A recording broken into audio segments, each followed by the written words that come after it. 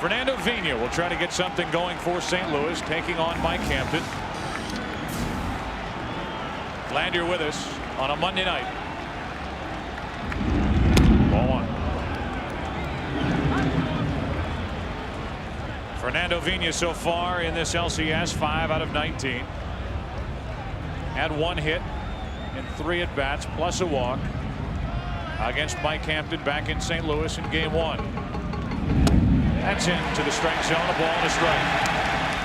56 degrees here. Flushing, New York. And for a while it looked like we might be delayed at the start. Wind is blowing straight in from center at the moment. The 1-ball 1-strike pitch. Vina right back up the middle.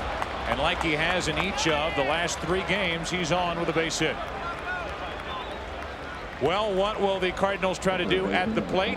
Some pregame instructions for anybody who will listen from Cardinal hitting coach Mike Easler. Take no prisoners. See it, read it, and explode. The ABCs of hitting.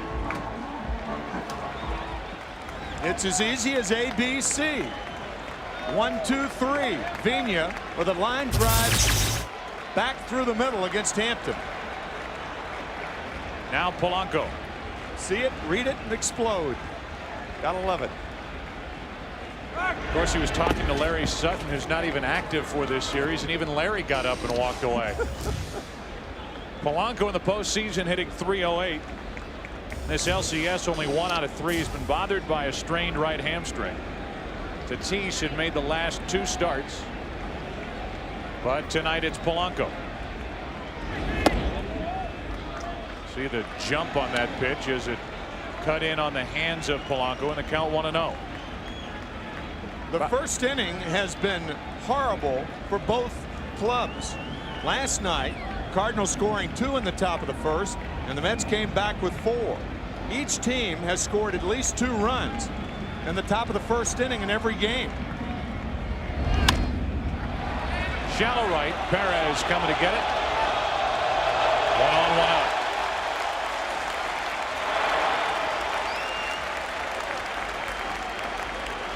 Look at a little history. Postseason history for the Cardinals and the Mets as Mike Hampton makes the start here tonight. Cardinals in elimination games are 13-7. The Mets in games where they could clinch 7-4, including game 4 of the division series last Sunday. The strength of the 1-hit shutout by Bobby Jones to KO the Giants. Here's Edmonds. .295 hitter during the regular season, .394 in this postseason. Homered in the first inning last night. A check on Vina. Last night we detailed how the Mets hold against a runner at first with a left-hander on the mound. They do it primarily, Bobby Valentine telling us before the game, for left-handers who don't have a particularly good move or are slow to the plate.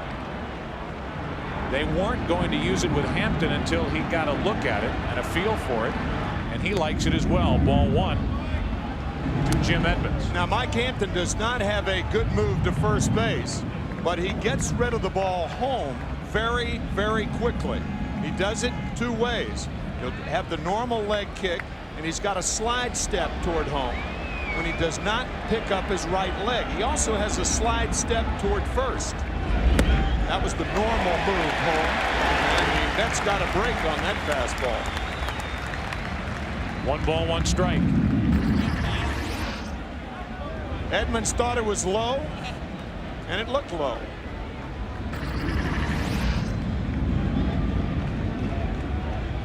Edmonds with 3 home runs in this postseason, 1 in this LCS. As I mentioned, it came here last night. Goes the opposite way, slicing foul and out of play, and that's strike 2. What it looked like last night against Bobby Jones. Vina third, whack. Right center field, and a short-lived 2-0 lead. 4 doubles on the other side later. And it was 3-2 Mets. It would be 5-4-2 Mets at the end of 1. 7-2 Mets, and as we mentioned last night, They played keep away and won the game 10-6. 1 ball, 2 strikes on Edmonds. And they had Vigna leaning, but he got around the tag. That was the slide step toward first base. A lot of people think this is a balk. You have to step toward first base. Mike Hampton got away with one there. Vigna reading it. If you don't step toward first base as a left-handed pitcher, the umpire at first could call a balk. That was very, very close right there. Now the 1-2 to Edmonds, misses up and away. 2 balls, 2 strikes. One of the residual effects of the way the Mets hold against a runner at first is the first base umpire doesn't get a real good look with those 2 bodies flashing in front of him. That's true. At where the left-handed pitcher puts his foot. And a home plate umpire is in no position to make the call, nor is a second base umpire. The 2-2 to Edmonds. Just missed. This crowd wanted strike 3. Instead, it's ball 3 and a full count.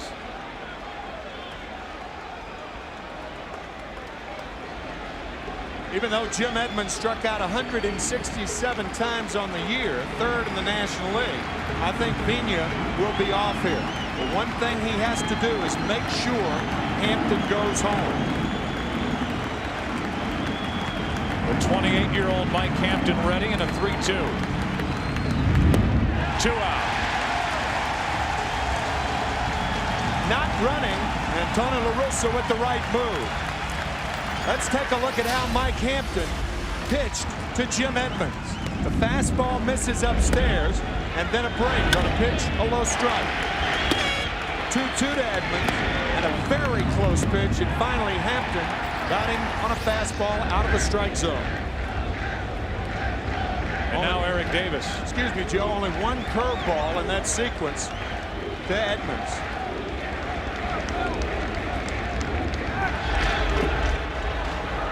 A better read on that move. Eric Davis in this postseason hitting under 200. Last night delivered off the bench for Tony La Russa with an RBI double, later scored a run in the 5th inning. The Cardinals, that frame would make the score 8-6. Made it a game but lost 10-6. Well, Joe, we're going to try this one more time. The Cardinals have not been overly aggressive on the bases in this series, other than Edgar Renteria in Game 2 when he stole 3 bases. But once again, the combination of Mike Piazza behind the plate. Mike Hampton does not have a great move to first base. Could be a situation where Vigna could be on the move trying to get himself into scoring position. So again, you're on the line of saying the Cardinals will run. One more time, we're going to try it. No balls, 1 strike on Davis. 1 on, 2 out. High and tight, 1-1. Joe, you mentioned the first base umpire, Steve Ripley, tonight. Couldn't see the move by Hampton. Fernando Vigna can't see the move by Hampton. So having Todd Zeile there, he's blocking not only Ripley, but Vigna too. A ball and a strike on Eric Davis. And Hampton falls behind 2-1. Vigna's listed at only 5'9", 174. So he is trying to peek around the bigger bodied Zeile, who stands between him and the pitcher Hampton. So they get to whisper into each other's ears. 2-1 on Eric Davis. 3 balls and a strike with Will Clark next. Piazza in the postseason has allowed 5 stolen bases in 5 attempts. He had the worst throwing percentage in the major leagues this year. Only 16 out of 126 caught stealing with Piazza behind the plate. 3-1. Davis, a chopper to Ventura. Half inning gone. Hampton around a leadoff hit. Bottom of the 1st. Mets coming to the plate. No score. The defense for the St. Louis Cardinals finds Langford, Edmonds, and Davis in the outfield. Drew started Game 1 against Hampton, but it's Langford tonight with Polanco, Renteria, Vigna, Clark, and Carlos Hernandez behind the plate. Catching Pat Henkin. Joe, you mentioned that Pat had not started since September 30th. He has not won a game since September 14th.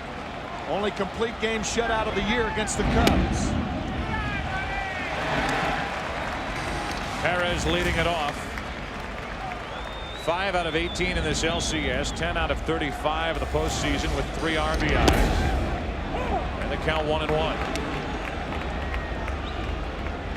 Pat Henkin making his 3rd postseason start. He made 2 starts in '93 with the Toronto Blue Jays, the world champion Blue Jays. A fastball poured in for strike 2. He lost in the LCS to the White Sox. He won Game 3 of the World Series over Philadelphia, 10-3 win. When he went 6 innings, allowed 1 run on 5 hits. Former Cy Young Award winner and a 3-time All-Star. Right now, his job is to turn in. Tim's already mentioned it. According to Tony La Russa, 5 solid innings here tonight. A 1-2 to Perez. Got him to chase it. But Perez fouls it out of play, still 1-2. That's the location, even though it was high, but that's the area that Pat Henkin wants to control tonight, the left side of the plate. As you were looking at it right there, inside to a left-hander, outside to a right-hander. Breaking ball, grounded up the middle, another hit for Perez. 6 out of 19 in the league championship series. As the leadoff batter, he has scored 3 runs in the 4 games. And Perez does it again. Looks like it went under the glove of Renteria. Pretty good curveball by Henkin.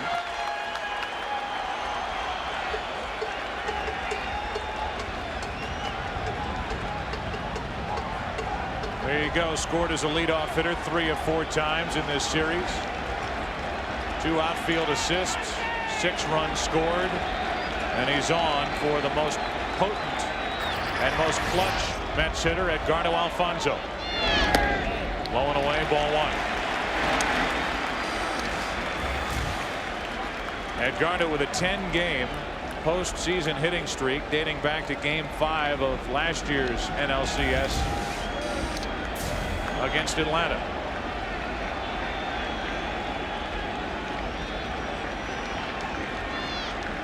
He's hitting all 8 in this postseason for New York, and the throw to first. Find it interesting that Carlos Hernandez, the Cardinal catcher, has changed the color of his catching gear. Last night had gray catching gear, and tonight, in my mind at least, either one of 2 reasons. 1, superstition. 2, to make Henkin feel more comfortable on the mound, and I'll tell you why in a moment. There goes Perez, swing and a miss, throw down, safe. Perez will go to third, and he's there with nobody out. Stolen base, E2, runner at third, nobody down.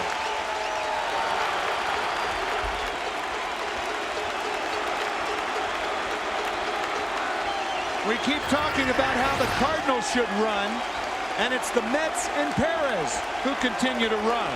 A poor pitch to handle by Hernandez, a short hop to Vigna, and Perez, he has become a one-man first-inning wrecking crew for the Mets. Now the 1-1 to Alfonzo is ripped to short under the glove of Renteria, and the Mets are on top 1-0.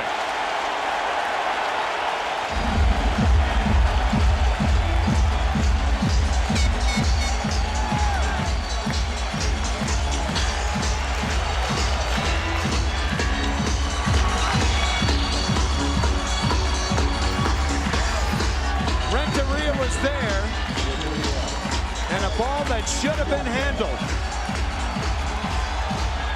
So an error on Renteria. If the glove's down, the ball's there. 27 errors on the year. And again, that stolen base. If Alfonzo hits that same tight ball and Renteria makes the play, you can turn that into a double play. Now 1 on, nobody out. It's a hit for Alfonzo. That's how they've scored it, to give him an 11-game hitting streak, and he's hit now in all 9 that the Mets have played in this postseason. 4 against the Giants. This is game 5 of the NLCS. Here's Piazza. Nobody out. And the count goes to 2-0.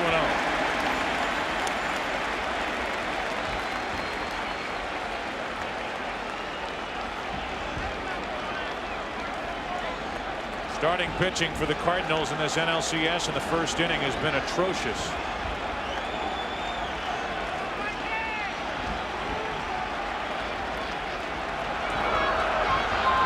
Henkin gave up a leadoff hit to Perez, stole second, went to third on the throwing error by Hernandez. Perez scored on the hit by Alfonso, and now 3-0 on Piazza.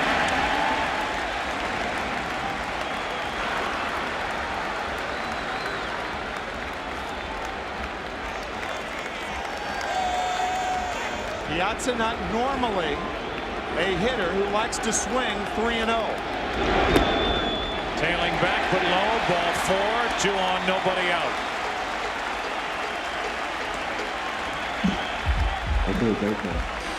Number 4. 2 hits, a walk, a stolen base, an error, a run.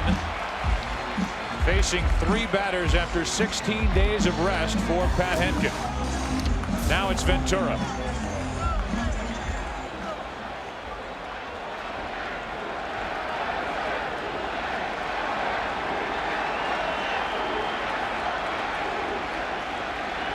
Runners on at first and second, nobody out, and a strike from Henkin.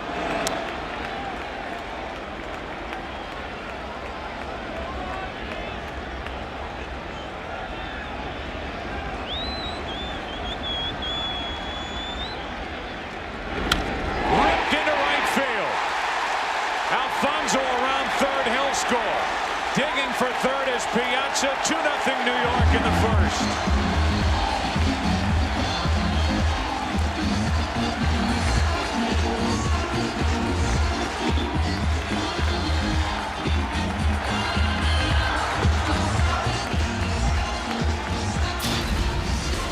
Baseball is a game of first.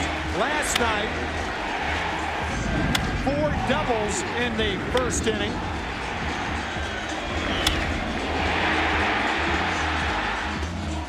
Double trouble indeed. Tonight, single trouble. 3 out of the first 4 hitters with singles. Man.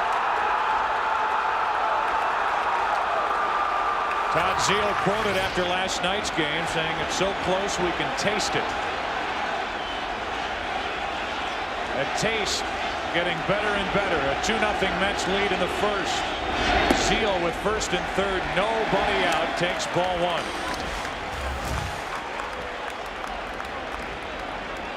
His average climbing upward with a 6 for 15 performance in this LCS.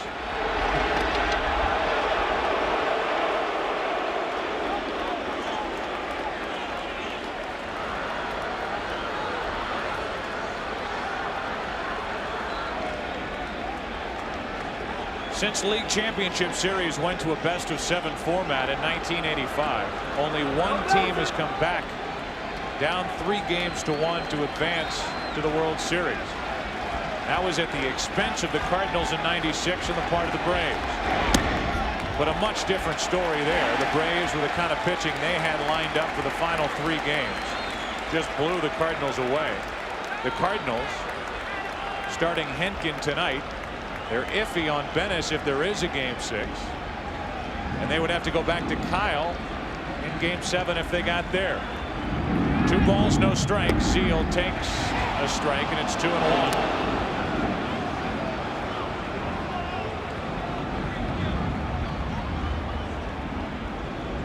Cardinal infield about halfway. They will give up a run for the double play ball.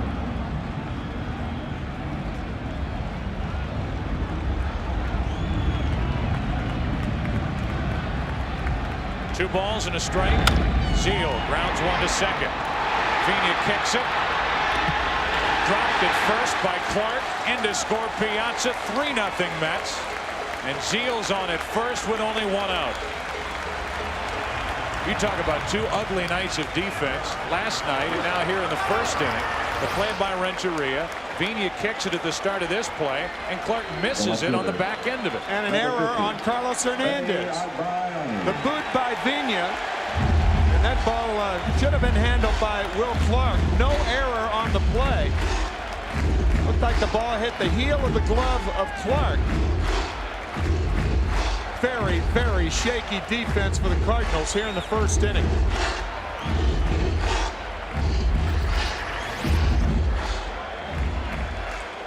So now a runner at first, 1 out. 3 runs home for the Mets. And Benny Agbayani at the plate. Very quietly, Benny Agbayani has hit in every postseason game this year for the Mets. In this LCS, 5 out of 15. Hitting .333 in the postseason. 2-0. Joe and Tim, it's very clear down here at field level that ground balls are staying down, hugging the ground. The Tarps, of course, were on the field all afternoon. There is still some moisture on the grass and on the dirt as well. The ball that got under Renteria's glove and the ball that Vina misplayed at second, both hugging the ground. 2-0 to Agbayani's a strike. The official scorer on the ball hit by Zeal has charged an error to the first baseman Clark and has taken the RBI away from Zeal. At any rate, it's 3-0. 2 errors on the board now for St. Louis here in the first inning. And a 2-1 pitch coming to Agbayani. 3-1. That's one of the few times that I have seen an error given because you cannot anticipate a double play. Clearly it wasn't one given to Vina. But had Clark made the catch, it would have been clearly a double play. It is odd for an error to be given on that play. 3 balls and a strike. Agbayani takes a walk. Second walk of the first inning for Henkin. Rest is one thing. 16 days of rest another. And the Cardinals were anxious, concerned about how Henkin would come out and work here early tonight with that sort of a layoff. He's thrown simulated games, but that obvious, you can't simulate this kind of pressure, this kind of a start, and there's already action for the Cardinals in their bullpen. Well, we mentioned if Henkin were in trouble early, that Britt Reams would be the pitcher. 2 on, 1 out. Payton takes a strike. There's Reams. In case you're wondering, with 6 or more days of rest since the start of '98, Henkin is 4-0 in 5 starts with an ERA of under 2.5. But the stats cannot support what he would do on 16 days of rest. There's another hit. Zeal held up at second, and the bases are loaded with only 1 out.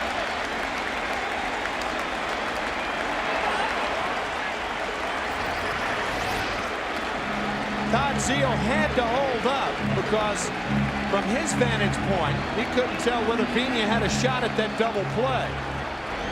Here's Zeal right here. That holding up right there. No way for Todd to score. Todd is not a fast runner. But another single. That's 4 hits in this inning, and the Cardinals in the first inning have now scored 10 runs in the first inning in these 5 games. And again, it all goes back to the start that Timo Perez gives them out of the leadoff spot. A hit, a stolen base, and a run scored in the first inning tonight. Last night in Game 4, a double and a run scored. Game 3 on Saturday, a single and a run scored. Perez struck out in the first inning of Game 2, but Game 1, a double and a run scored. The first man to the plate for the Mets. And now here's Bordick with the bases loaded, 1 out. Mets already leading by 3. Bordick, who is hitless in this series, up there ready for the first pitch. He's 0 for 9 in the count, 0-1. And it's important for the infielders to determine the speed of a ground ball. If the ball's not hit sharply and crisply, they must come home and forego the double play.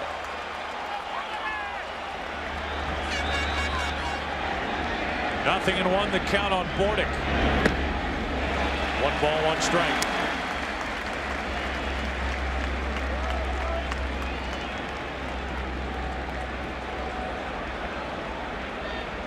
Last two games, these Mets 9 out of 17 with runners in scoring position.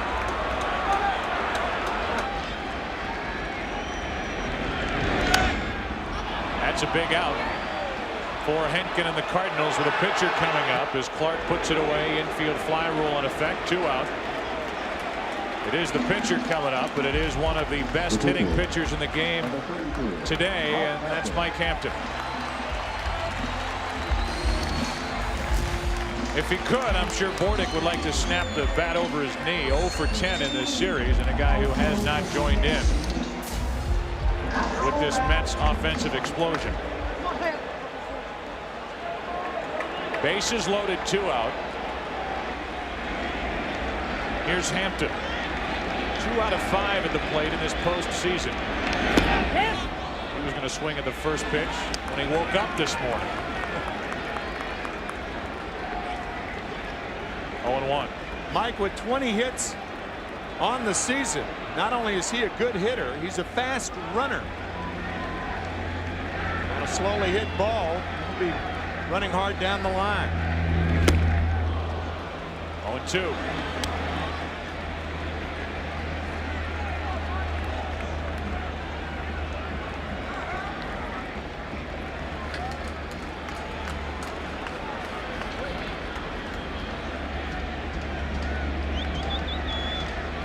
Bases loaded, 2 out. The 0-2 pitch.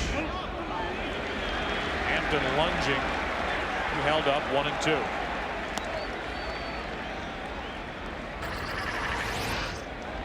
Did he go too far?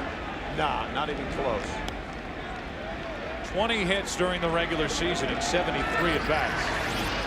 One shy of a Mets club record. Doc Gooden holds that record. The 1-2 pitch. Over but low, 2-2.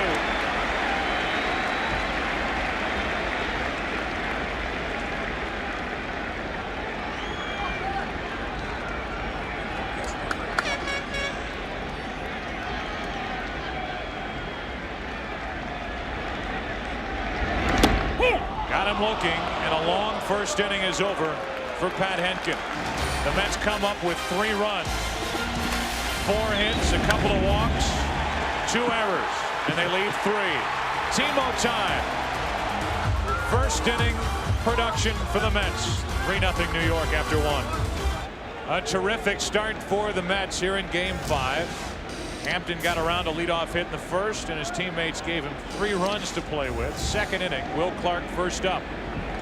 Clark, Renteria, Langford, a little different look to Tony La Russa's lineup tonight.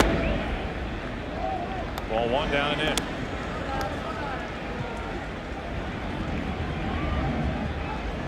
In case you're wondering, all 3 runs were earned in the bottom of the first. 1 ball, 1 strike from Hampton. Renteria next. Will Clark has been in 16 games in his LCS history. Sitting .475. Takes a strike and he's in the hole 1-2. .475 with 4 home runs and 12 RBIs.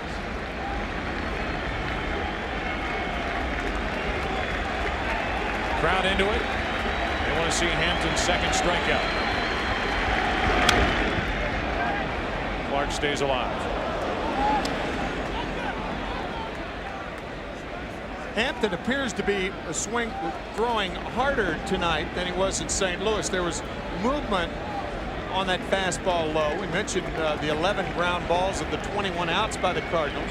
4 strikeouts and 6 outs on the air, in the air. But he's throwing the ball a lot harder tonight than he was in St. Louis. 2-2, 91.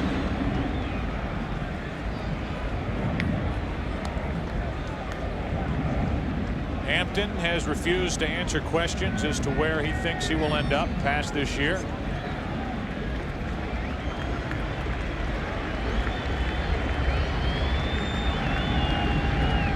The 2-2 pitch to the left side, and a tester for Bordick. Circles it, throws it. 1 away. Good play. Clark grounds out to start the second. Shortstop number 3, Edgar Renteria. Hampton very compact in his delivery. Mike is only 5'9", a terrific athlete. Would have gone to Florida State as a defensive back if he didn't sign with the Houston Astros. With one out, Renteria takes a strike over the inside corner. Normally you don't make that connection of football and a pitcher in baseball. Brian Jordan of the Atlanta Braves, of course, an ex-football player. Those are two sports that usually don't blend together if you're a pitcher, but it has for Hampton.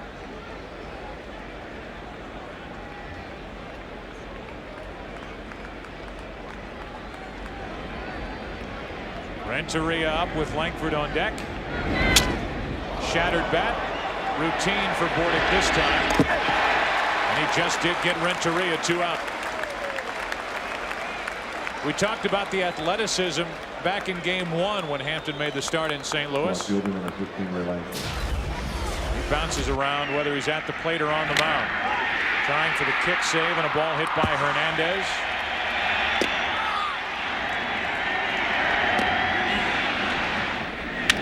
And then hustling down the line. A ground ball to the left side of the infield. Scoring on a base hit. He is a little fighter. Not a big guy, 5'10", 180. Grew up in Florida, lives in Houston. Still has a lot of friends on that Houston Astro Club. He was traded here to the Mets on December 23rd of last year with Derek Bell. That's giving up 3 good young players to get him. Roger Cedeno, Octavio Dotel, and Clyde Kessel, a left-handed pitcher. And it may very well be a 1-year Renton ace for the Mets.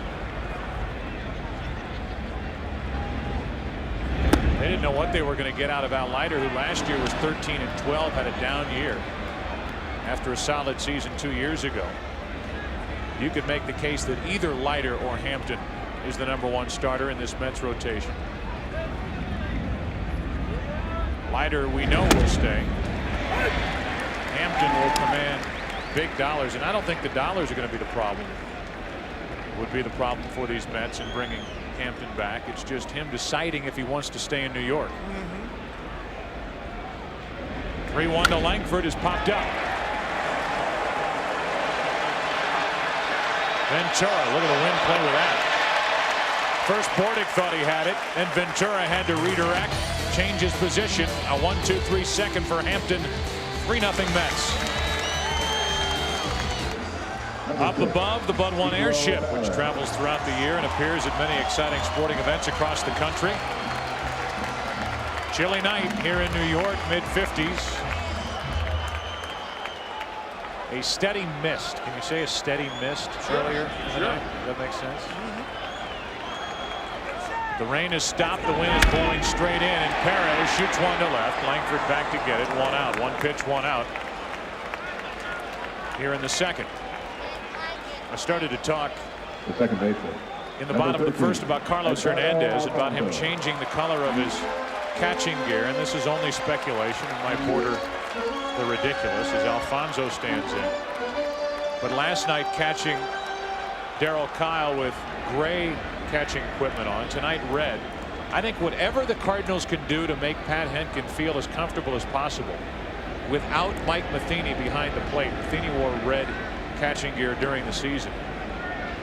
Mike Matheny caught all but one of Pat Henkin's starts this season, and of all the pitchers the Cardinals have, Kyle and that poor start last night included, Tony La Russa and Dave Duncan are more worried about Pat Henkin working with Carlos Hernandez, or a better way to put it, not working with Mike Matheny, than any other pitcher on the staff.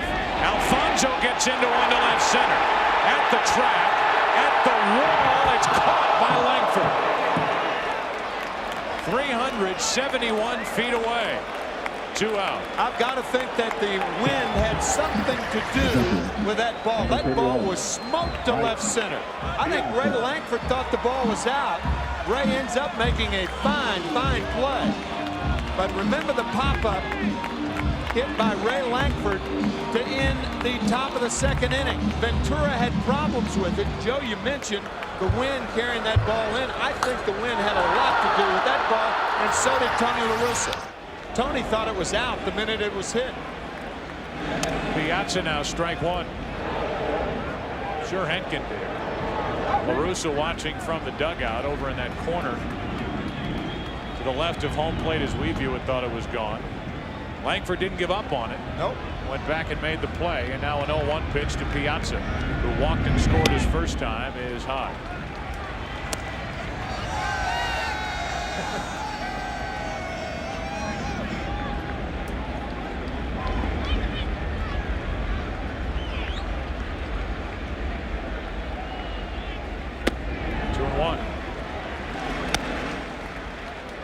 Mets making the deal for Mike Piazza on May 22nd, 1998.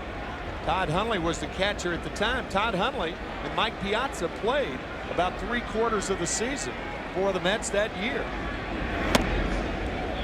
3-1 with Ventura next. But a bigger decision came after the '98 season when the Mets decided to sign Mike for $91 million over 7 years, turning into quite a bargain now.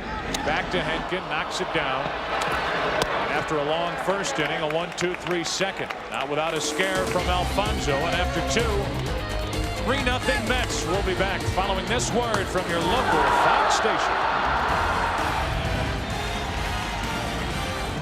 The many different looks of Carlos Hernandez as he steps in yesterday on the left, catching with the gray catcher's equipment. Tonight with the red. We talked last night about the white fingernail polish that he's wearing so that his pitcher can get a better look at the signs that he's putting down. Boy, Hampton has good action on that fastball as he hits the inside corner. 0-1 on Carlos Hernandez. Hitting .280 in the postseason. Filling in for Mike Matheny. Off the plate to the third baseman Ventura. Had to fight the lights. 1 out.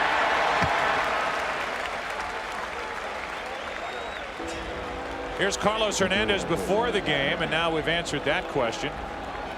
It's nothing from Revlon. It's just liquid paper. Not very good at it either. So the nails extended. And there's the afternoon game from Catcher Cam. This is the E-Fashion Report here in Game 5 of the National League Championship Series. Have to worry, Bob Brenly, if Will Clark started painting his fingernails, wouldn't you? You would definitely be concerned. Fortunately for Carlos Hernandez, though, we know white goes with anything. Yeah, but on a serious note, that's much more appropriate than what most catchers do when they wrap tape around their fingers so the pitchers can see the signs. That tape occasionally will interfere with the grip that you're able to get on a ball trying to make a throw. Here's Henkin floating one into right. Perez thinking about throwing him out at first, but Henkin got down the line well enough, and Perez, who's playing like he's been in the big leagues for 15 years, gives a wink in at Pat Henkin. 1 on, 1 out. Henkin not running hard until he saw Perez think about throwing to first. The one impressive thing among many about Perez is his body language. He feels like he belongs. You can see it in his play. You can see it in the way he carries himself. 1 on, 1 out. Pena with a double play ball to second. Alfonso from the glove, and the Mets can't turn it. As it was, Alfonso, who had to dive to his right, did all he could to try, flipping it straight out of the leather. But Pena's speed avoided the double play. Now, Bob had talked about it in the first inning, how the condensation had not allowed the ball to take the normal hops, and that ball hugging the ground. Alfonso thought it was going to be a clean hop. Had to shuffle it off to Bordig with the glove hand.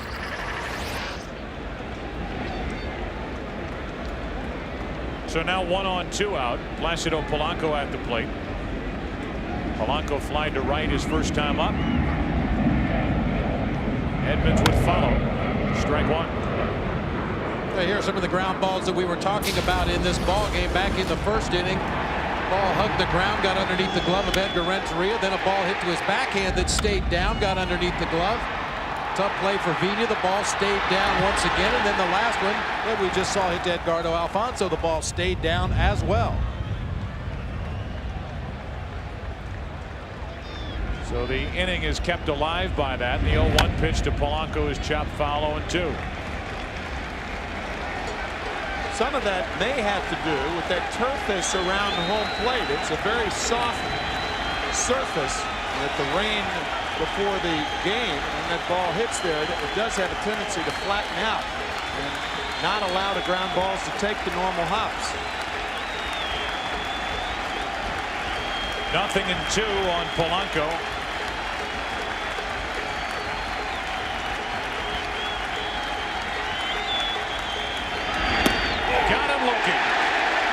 Second strikeout for Hampton. And the Mets cruise into the bottom of the third inning. Carlos Hernandez goes back to work. So does Henkin, with the Cardinals down by 3. The National Sports Report tonight after the game on Fox Sports Net. Here's Ventura. An RBI single his first time up. Zeal and Agbayani will follow against Henkin. 1 ball, 1 strike.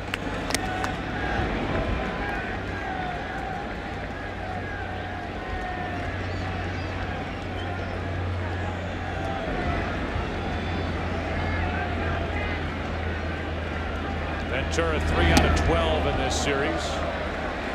Driven off the plate, 2-1.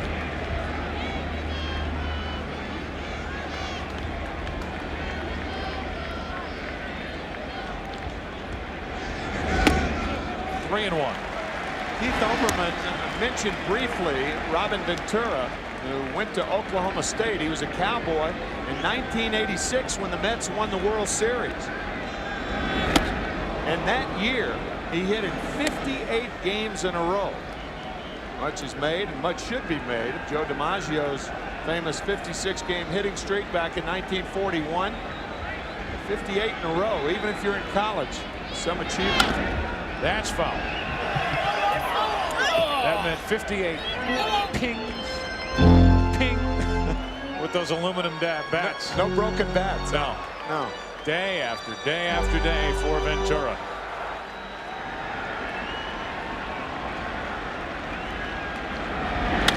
That's foul.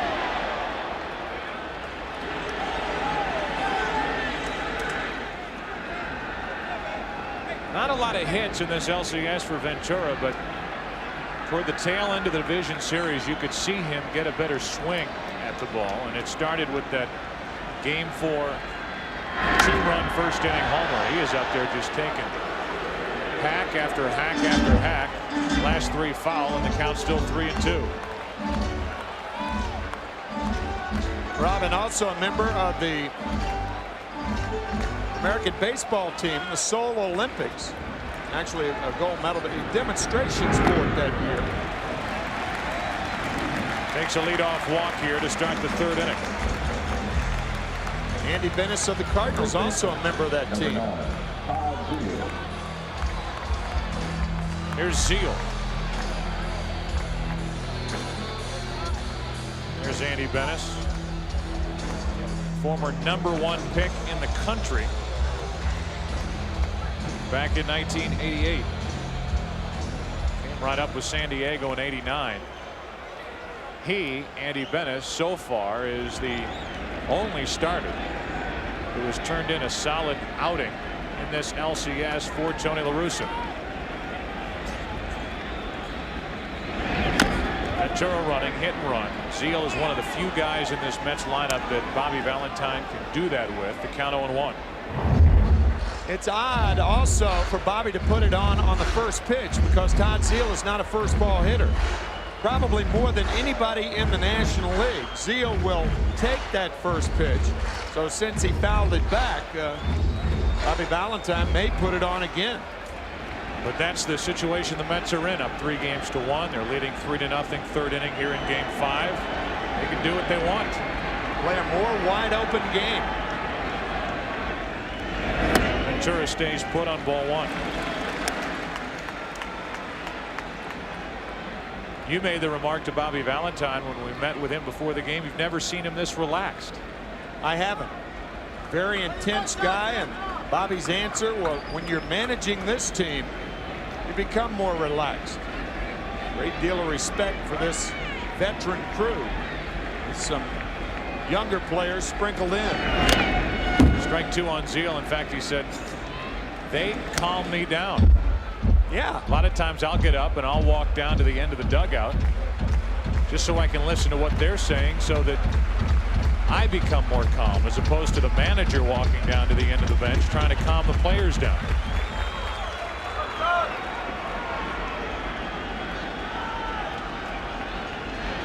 A ball and 2 strikes on Zeal after a leadoff walk to Ventura.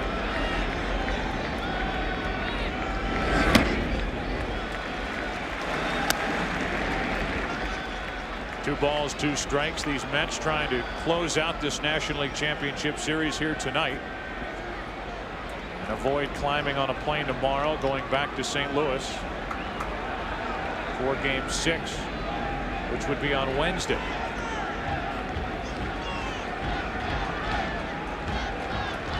They have the right guy on the mound to do that. Mike Hampton, who has pitched 3 shutout innings so far, allowing only 2 hits.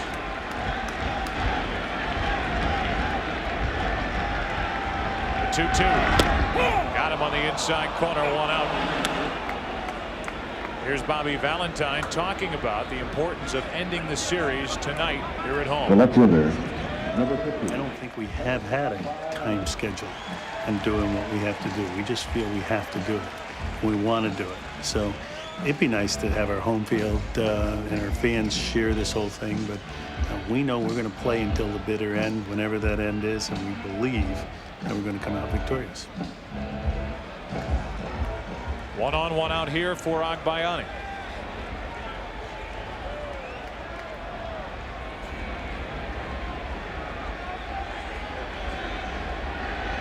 Then he walked his first time up. Then scored 3 in the first and left the bases loaded. Henkin runs him off the plate.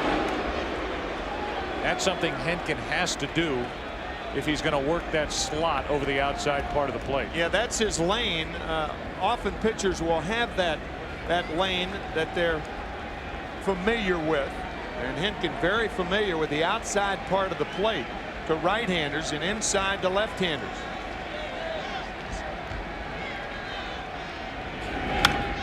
One ball, 1 strike. Well, inwardly he may be extremely nervous, but Bobby Valentine very calm before the ball game today, drumming along with the music that was playing on the PA system. He's no Ringo Starr, but he knows how to bang those skins a little bit. He's been playing wipeout.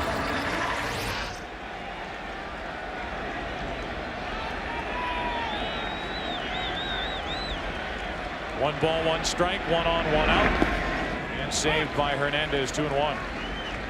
Here's what we were talking about as we take a look at the scouting report.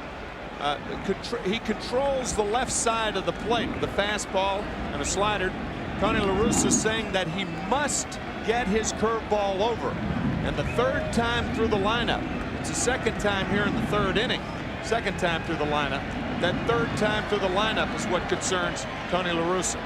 The 2-1 to Agbayani, 3-1. You would have to think that the 3rd time through the lineup, Henkin will be sitting and watching, and Reams or somebody else will be out of the bullpen and pitching for St. Louis. I don't think the Cardinals can really afford another at-bat by Pat Henkin. Outs are precious to the Cardinals right now. Ball 4 from Henkin. 2 walks in the inning. 4 on the night. And with a Zeal strikeout Center fielder, number 44. in between, walks to Ventura and Agbayani for Jay Payton.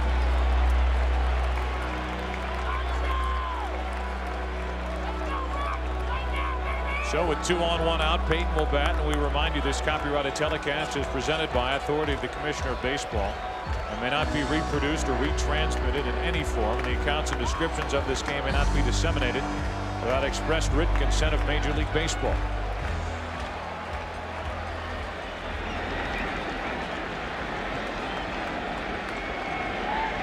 No worry of that happening in St. Louis if this game stays as is.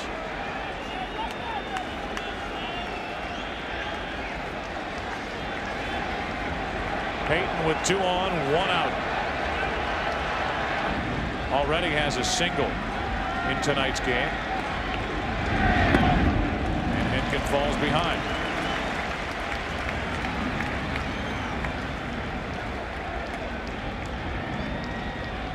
There is action behind Hinkin in the bullpen. Red Reams, who was warming up back in the first inning. Talk about third time through the lineup. Hinkin almost didn't make it 1 time through the lineup. 1 ball, 1 strike on Payton.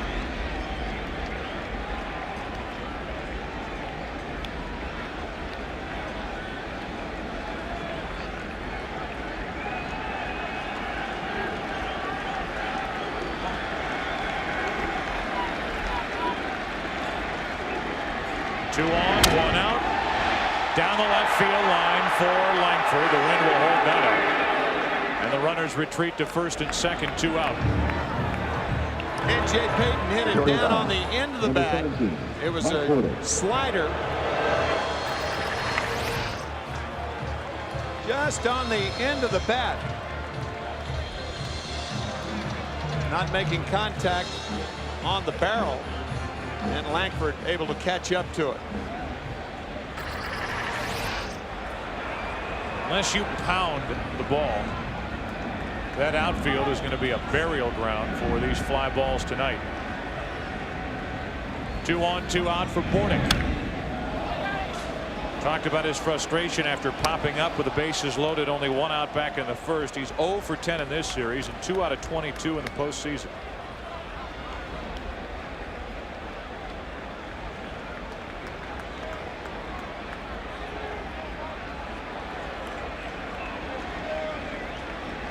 The 0-1 to Bordick. Shallow right. Davis. And the Mets put 2 on with a pair of walks. They've now left 5. 4th inning. Heart of the order for St. Louis. Edmonds, Davis, Clark coming up. 3-0 Mets. Still a 3-0 lead for Mike Hampton and the Mets. Take a look at the St. Paul Company's trivia question. Cardinals won their last World Championship in 1982. He was named their World Series most valuable player. You know, sir? Not offhand. Edmonds will start it. 0 for 1. He struck out back in the first inning and takes a strike on the outside corner. So far so good in the control area for Mike Hampton. Fell behind each of the first 3 hitters in the first inning. But he has good life to his pitches tonight. 1 ball, 1 strike. It's that extra pop, that extra 10 feet through the strike zone. Said it earlier, Mike Hampton threw well in St. Louis, but he's throwing better tonight.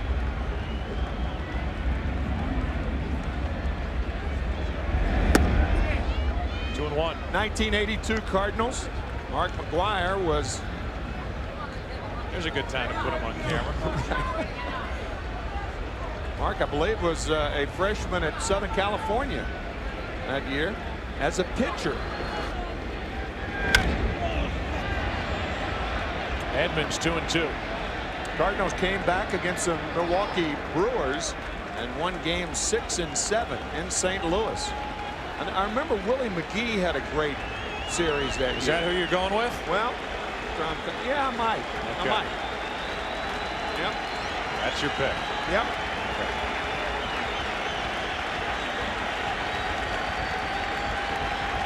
Edmonds with a count of 2 balls, 2 strikes. 3rd strikeout for Hampton. What an awkward swing that was. Well, we talk about the front shoulder often. I was thinking the same thing. Look at Edmonds dropping the back shoulder. When you drop that back shoulder, obviously you can't do anything but hit the ball in the air. Edmonds with 42 home runs. But the key to most hitters' success is keeping that front shoulder down. That was an odd looking swing from Jim then. Eric Davis takes strike one. In the lineup because of his success in years past with Mike Hampton. 9 out of 20 coming in. 1 ball, 1 strike.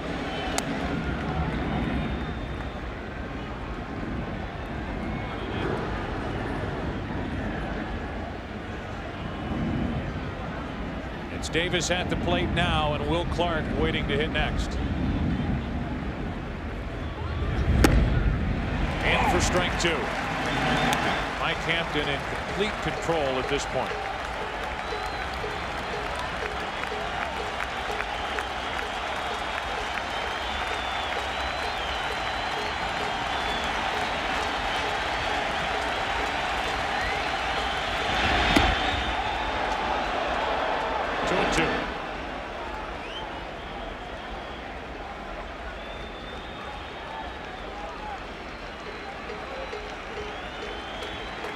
New York Mets tonight trying to win their 4th National League pennant. Ventura backs up. Long throw, 2 out. Mike Easler, the Cardinal hitting instructor, was known as the hit man when he played for Pittsburgh, not the miss man. And here's what he had to say about that swing of Jim Edmonds. That backup breaking ball. I don't know if that was a curveball or a sinker. You see that thing spinning, you want to swing at it, and you swing right through it. Dropping that back shoulder as Jim did, and that's that backup breaking ball that Mike was talking about. 2 out, bases empty. Will Clark. Clark tested Bordick with a ground ball to Bordick's right back in the 2nd inning. 0 for 1. Perhaps you folks may not know what a backup breaking ball is. A left-handed hitter from a left-handed pitcher sees the curve. He anticipates it to be where the pitcher anticipates it, and that's low and away. Well, when the ball stays up, the spin of the ball really fools the left-handed hitter, as it appeared to fool Edmonds. Instead of breaking, it stays on the same plane. 1-1 on Clark.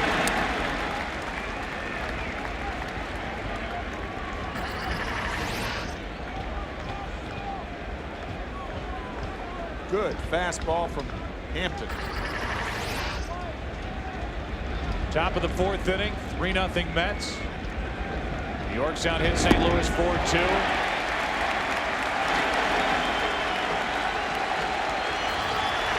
It's fashionable in this area during the summer to go to the Hamptons.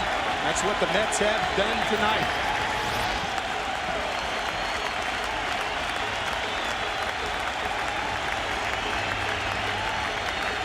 One ball, 2 strikes on Clark. 2-2.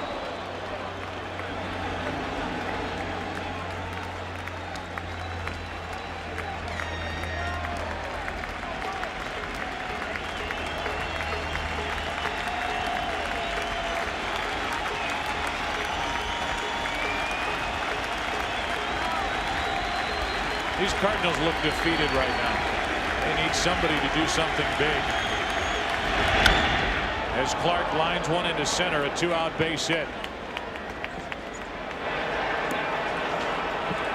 3rd single of the night for St. Louis. And Renteria will walk in. And now this breaking ball does what it's supposed to do. Clark read it and went to it and hit it hard.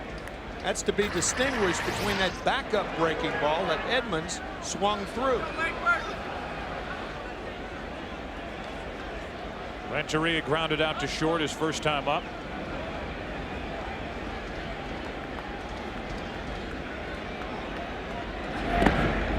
Squirts away from Piazza, but Will Clark stays put. Ball 1. Remember Mike Easler in the 1st inning telling his hitters to read it and then explode. Very, very important to read that particular pitch, and Will Clark, one of the best at doing that. Lefty, righty doesn't matter these days for Clark, who's now 27 out of 61 in LCS action.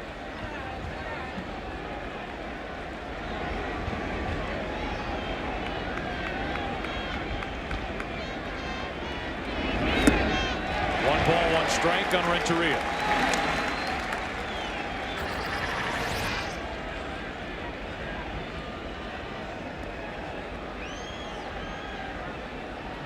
Keeping the ball away from Renteria. Renteria set a Cardinals record for home runs by a shortstop with 16 this year. That's ball 2. Now it's strike 2 as Steve Ripley rings up Renteria, who looks back into the dugout for support.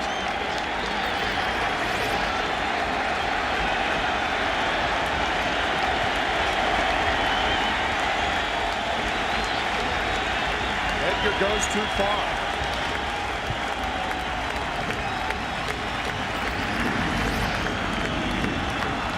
Crowd to its feet again. 1-2 to Renteria. 2 balls, 2 strikes.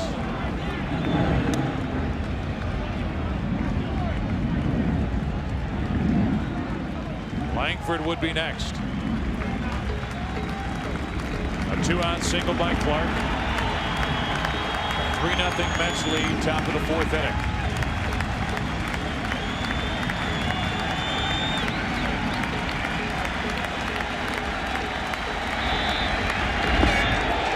Inning over. As Piazza completes the play, 4 strikeouts for Mike Hampton. He said before this game he's ready to pitch the game of his life. So far, so good. 4 strikeouts. No runs and only 3 hits. Bottom of the 4th inning now and a 3-0 New York lead. Bottom of the 4th inning now. The Mets bat. They lead by 3. Pat Henkin back to work. Hampton up there hammering. Strike 1.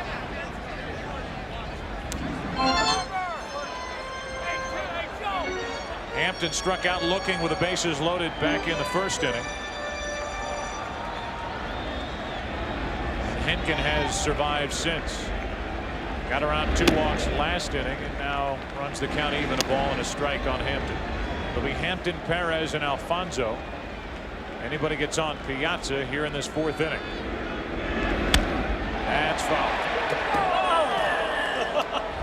Well, the Mariners will be here in New York, in the Bronx, taking on the Yankees. Game 6 tomorrow at 8 Eastern on NBC. The Yankees leading that series 3-2. And then, if necessary, 4 o'clock Eastern. Wednesday would be game 6 between the Mets and the Cardinals in St. Louis here on Fox.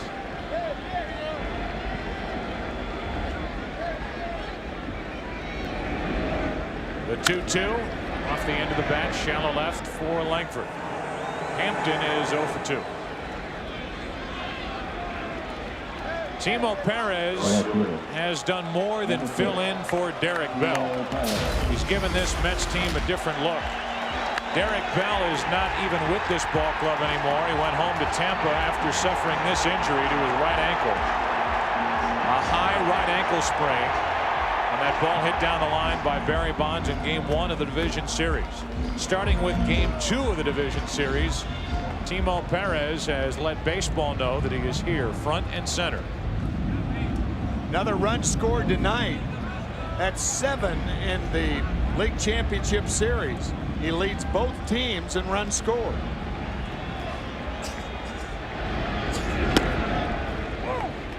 Looking like he was going to walk up and try that running bunt. Strike 1 from Henkin. Something he tried last night and was unsuccessful with. 1 ball, 1 strike. Tony La Russa told us before the game he expected, or at least hoped for, that might be a better way to put it, Pat Henkin would go 5 and leave having given up 3 or 4 runs. That's off Henkin to the shortstop. On to first and safe as Clark couldn't dig it out.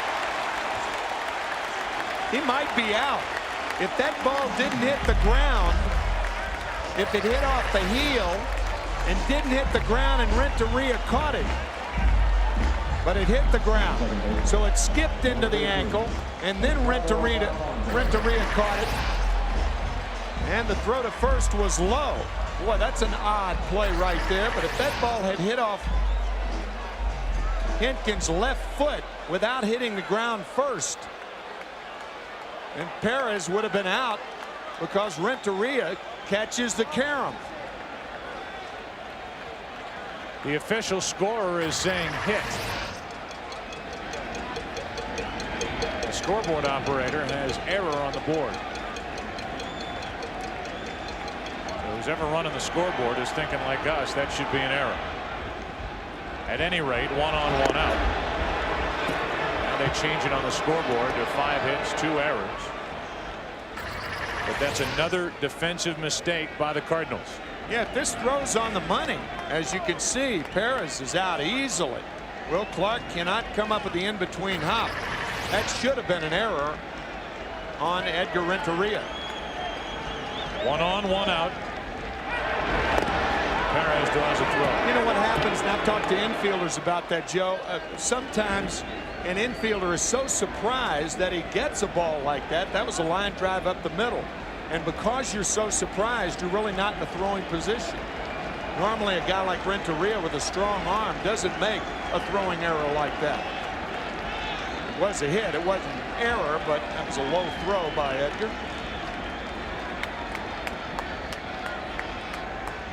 First pitch to Alfonso is low for ball 1. Here it is once again. By the time he got to it, he had gone to his left, and then he had to come back to his right to make the play. And a hit was given to Perez, but we will say once again it should have been an error.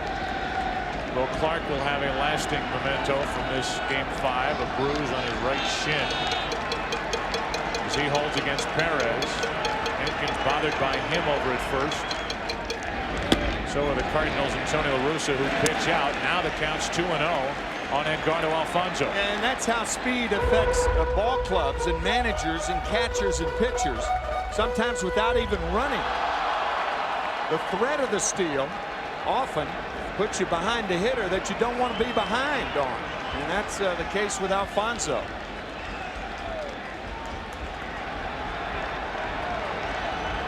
Two balls, no strikes.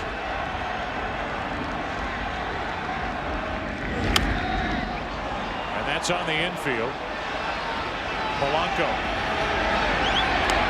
2 out. Just so you know, the runner at first, as Tim told you, Timo Perez has scored 7 runs in this LCS. The record in LCS play is 8. It's been done by several players, including Will Clark.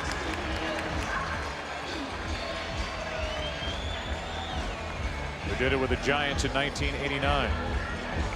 He was the MVP of that series. Here's Piazza. 1 on, 2 out.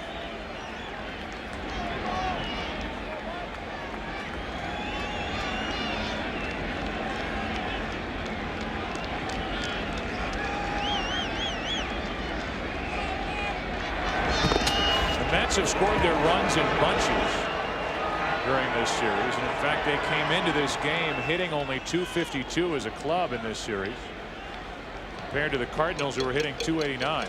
Now it's Timlin getting loose. There's only one reason why that's the case, because Henkin is due up 3rd in the top of the 5th inning. 1 on, 2 out. If they go to Reams, they want Reams to be on the mound for more than 1 inning. So fearing that they would have to lift whatever pitcher was on the mound, whoever it was, whether it was Henkin or Timlin, if he comes out of the bullpen, it would only be for 1 inning. Tony La Russa not willing to make a double switch here in the 4th. Time called at the plate.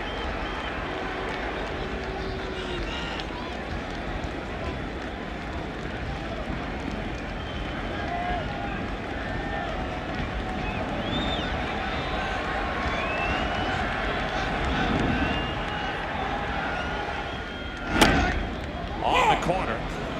A ball and a strike on Piazza. There again, the baseball savvy of Perez. Bobby Valentine may be holding him up to allow Piazza to hit right now, but the very threat that he might run diverts the attention of Henkin.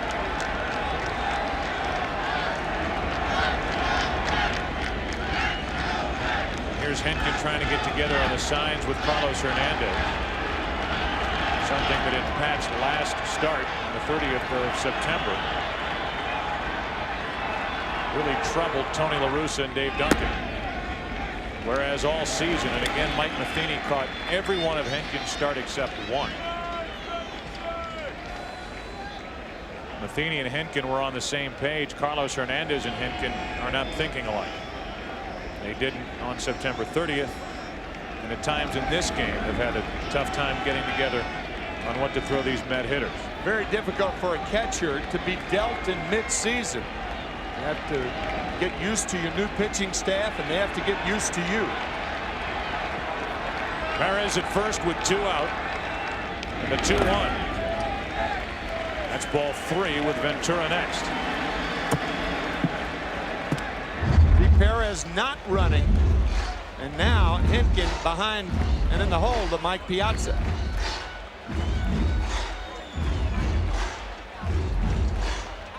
Wind or no wind blowing in from left center field. Piazza proved last night with that blast he hit off Mike James in the 5th inning. The elements will not slow something down that he hits into the air when he gets a hold of one. 3 balls and a strike, and that's what he's thinking here. 1 on, 2 out. Into left field, a base hit toward the corner. Perez going to third. It's cut off by Langford. Good play. That saved a run. 2nd and 3rd, 2 out, and a double by Piazza.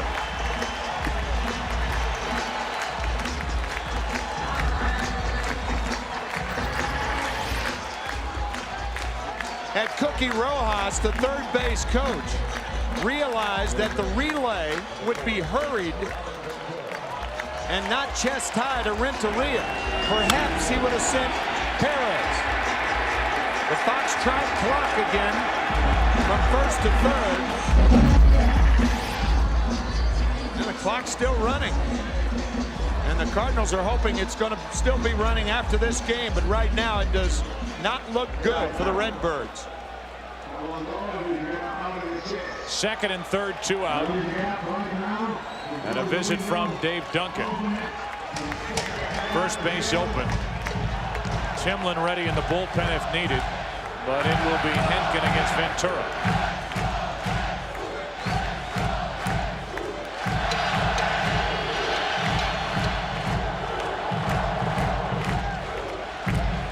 This sellout crowd at Shea wants to see the Mets deliver a right cross to the chin.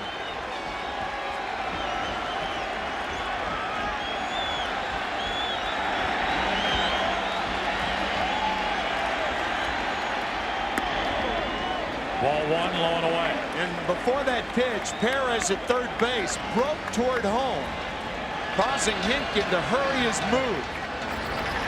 Bobby Valentine loves an animated guy at third when the pitcher's in his windup or stretch, particularly in the windup. Now it's 2-0 with Zeal waiting on deck.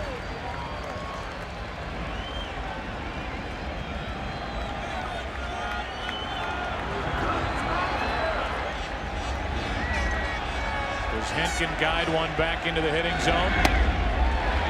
Nope, 3-0.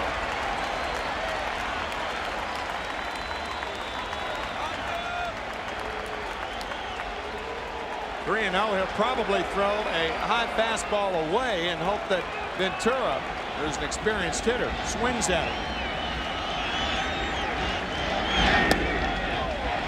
That missed, and it's ball 4 to load the bases for Zeal. 5th walk by Henkin tonight. And now the decision. Number 9, Todd Zeal. That would lead you to believe that Henkin will stay out there with Timlin ready in the bullpen.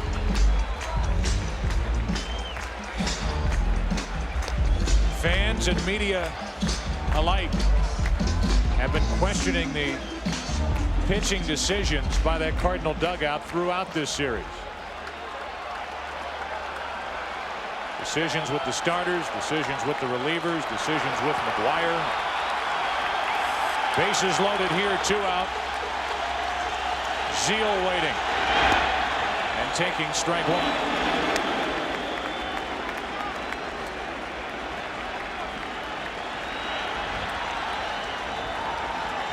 Perez, Piazza, and Ventura aboard.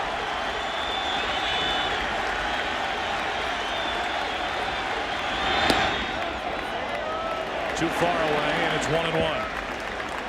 Last night, Zeal hit with the bases loaded in the 2nd inning and delivered a double, scoring a couple of runs. He was later tagged out at the plate to end the 2nd inning, and by that point, the Mets led 7-2. Here they lead 3-0 with the bases loaded, 2 out. And a 1-1 from Henkin. 2 balls and a strike.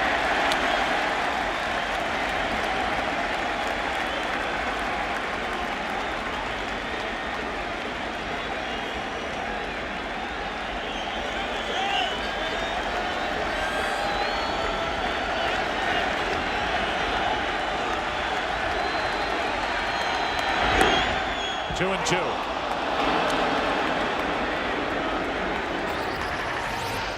Key pitch right here in this at bat. And Henkin gets the low strike.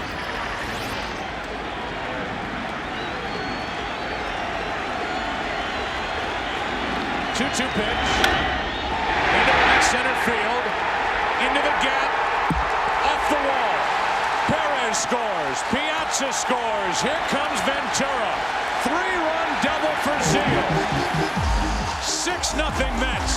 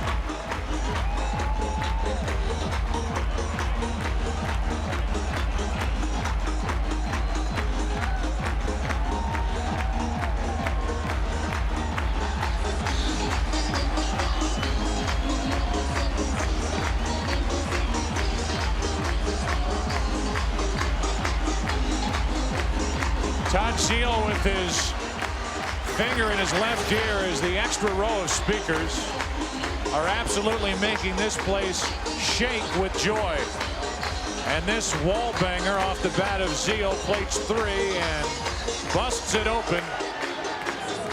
6-0 here in the 4th inning. Joe, I have announced in this stadium for 21 years, and I have never felt this booth shaking until tonight. And I mean literally shaking.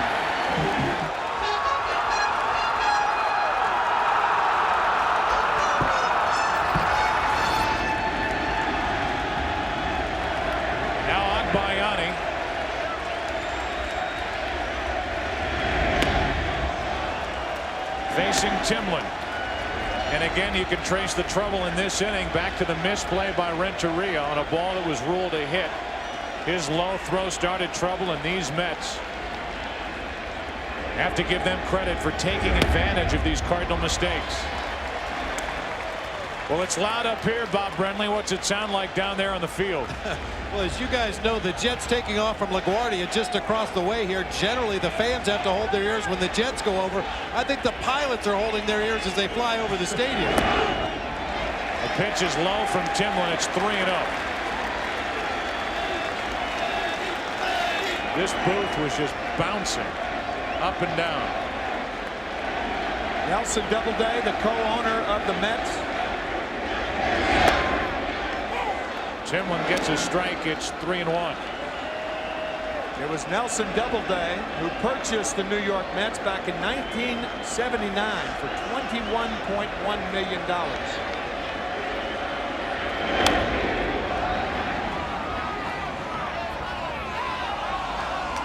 Full count on Akbayani. The Mets have talked about wanting to be the first team from New York this season stamping their ticket for the World Series. The Yankees have to win one more game. The Mariners will try to win the final 2 games here in New York. As Akbayani cracks one foul. And if the Mets win here tonight, baseball is one step closer to a possible Subway Series. The way things are going here tonight, start spreading the news.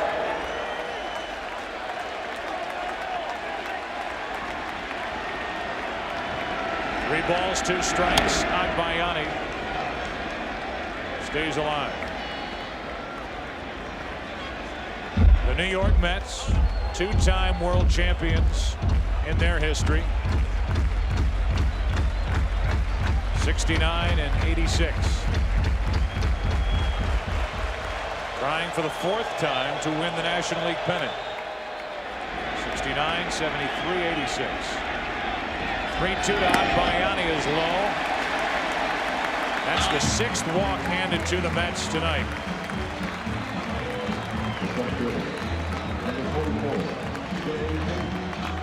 Joe, you mentioned the first World Championship. That was their second in '86, but their first one in 1969. This is the 31st anniversary of them winning their first World Championship. Davey Johnson flying out to Cleon Jones for the 3rd out in Game 5 against Baltimore. 2 on, 2 out here for Jay Payton. Grounds it foul. Talk about a distinct home field advantage here at Shea Stadium, an older ballpark. Been playing baseball here since 1964, and opposing players don't like coming in here. Now they've added those extra speakers in center field, and I'm telling you, Metallica doesn't have a sound system like this. No. I mean, that is power out there in center field. And this ballpark literally is shaking when they crank the music here at Shea Stadium. A tough place to play. To his left, Renteria. A good play to end the 4th inning. But a misplay by Renteria started trouble. Zeal delivered. The bases loaded. 3-run double. That started the trouble. That finished the trouble. After 4, 6-0 Mets. A 6-0 New York lead. Now the 5th inning. Joe Buck and Tim McCarver with you. This is why the Mets went out and got Mike Hampton. They gave him the ball in Game 1 of the regular season. They gave him the ball in Game 1 of the division series. They gave him the ball in Game 1 of this series. He was a winner. He's pitching terrific baseball here tonight. Now he has a 6-run lead. The Mets are rolling at this point and thinking of their first World Series since 1986. Bob said before the game that this could be his signature game and the perfect time to pitch a good game, being a free agent this fall. Has he ever delivered? Not only in Game 1, the Cardinals haven't scored against him yet. 7 shutout innings in Game 1 and 4 here tonight. 1 ball, no strikes on Langford.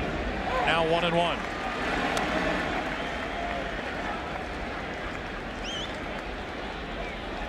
"13 consecutive scoreless innings in this postseason." He was the loser in that Game 1 of the division series. 5-1.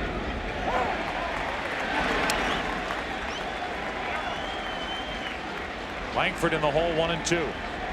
Bottom 3 in the order. Carlos Hernandez will follow, and then a pinch hitter. Langford's gone, and that's strikeout number 5.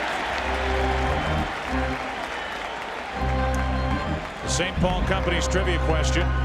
Cardinals won their last World Championship in 1982. Who was the World Series most valuable player? You should know this. Well, I said Willie McGee. No. I guessed. It's not McGee. Darryl Porter.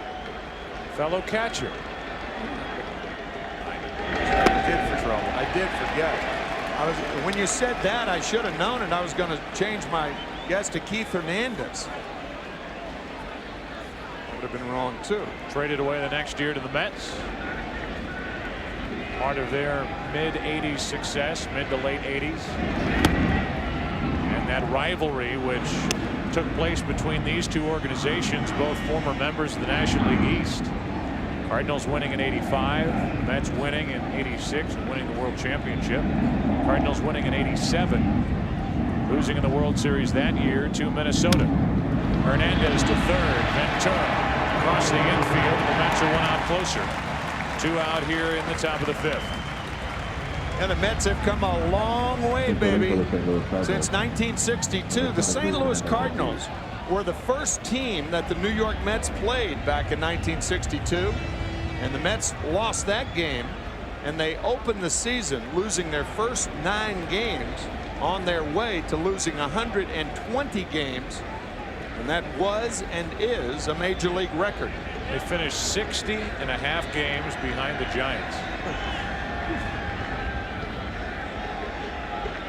2 out, nobody on, and Tatis takes a ball high. 60.5 out as Britt Reams cranks it up. 3rd time he has warmed in this game.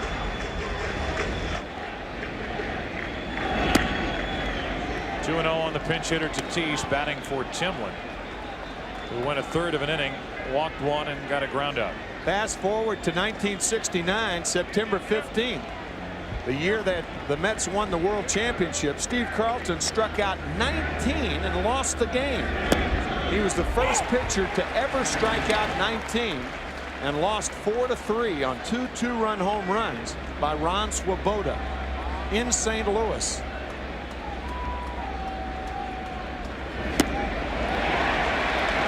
Two balls, 2 strikes on Tatis. The New York Mets clinched the pennant against the St. Louis Cardinals that year. The last 2 outs were made on a ground ball double play hit by Joe Torre. 3-2. Casey Stengel was the manager back in 1962. Roger Craig led that team in wins with 10 and losses with 24. These fans loving it. And according to Casey Stengel in 1962, they start him young around here. Now I'll have to say another thing about it. They're sticking with us. We've got them from the babies up. As soon as the kid could talk, he started to say Metzi, Metzi, not Papa, not Mama, Metzi, Metzi, Metzi. So that's what they are. They're now singing the kids, Metzi, Metzi, Metzi. See where they want food and everything. The Bud 1 airship and its eye in the sky camera are proud to provide you with these live shots 1,000 feet above New York and Shea Stadium. Windy night. And here's the rookie Britt Reams. So good in the postseason so far for Tony La Russa in 3 games. 1 in this NLCS, 4 in the 3rd innings, picking up Rick Ankiel in game 2. And he misses with ball 1 to Mike Bordick.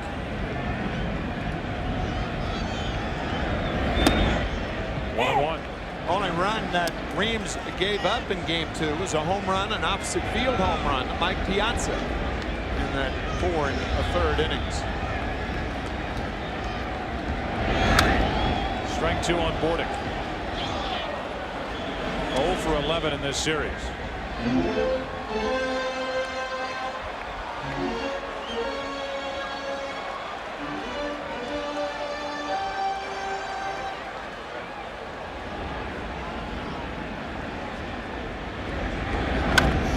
Up the middle, and the first base hit for Bordick in this series.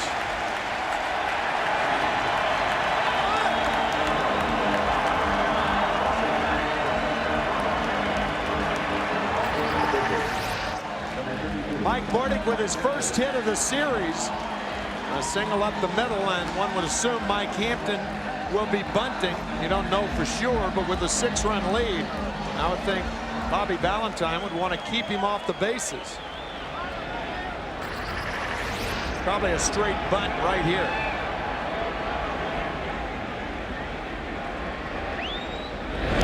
Whoa.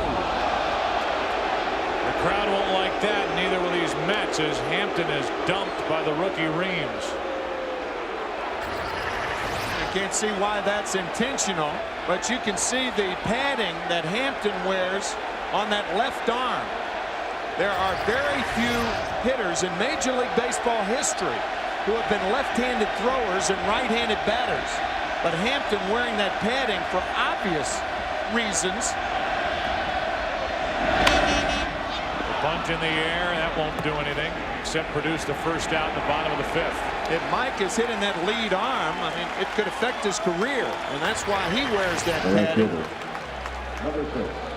Bunts it high. Will Clark is there.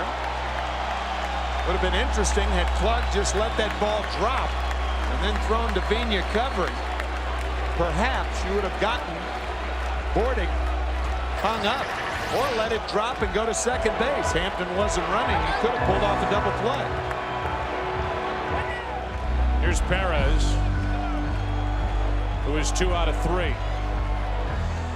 Now 316 in the postseason, and in this series 7 out of 21.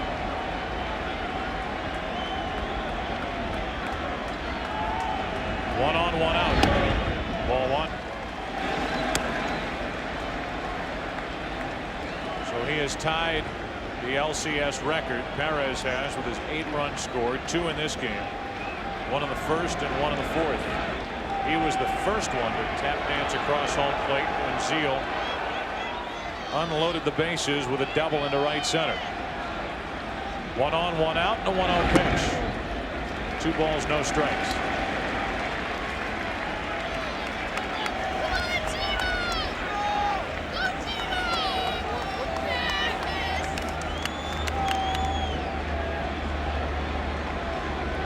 Having fun on a school night.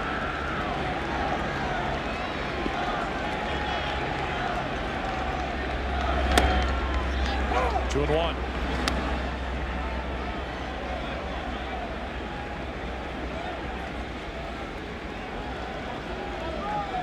Edgardo Alfonso waits on deck. Perez has certainly thrown his name into the running for the MVP of this NLCS. I'll say 2 and 2. You've got Perez, you've got Alfonso, They've got Piazza. Hampton could end up winning 2 games as a starter.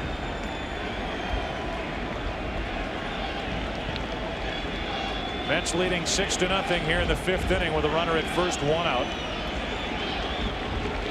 New York's out hit St. Louis 8-3. Cardinals have committed 2 errors.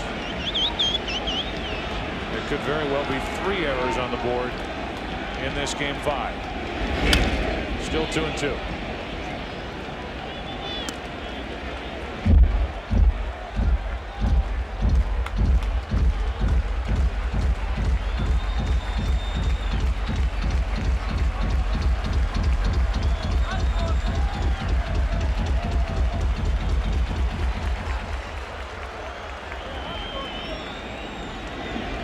Bobby Valentine has been applauded for his moves in this postseason.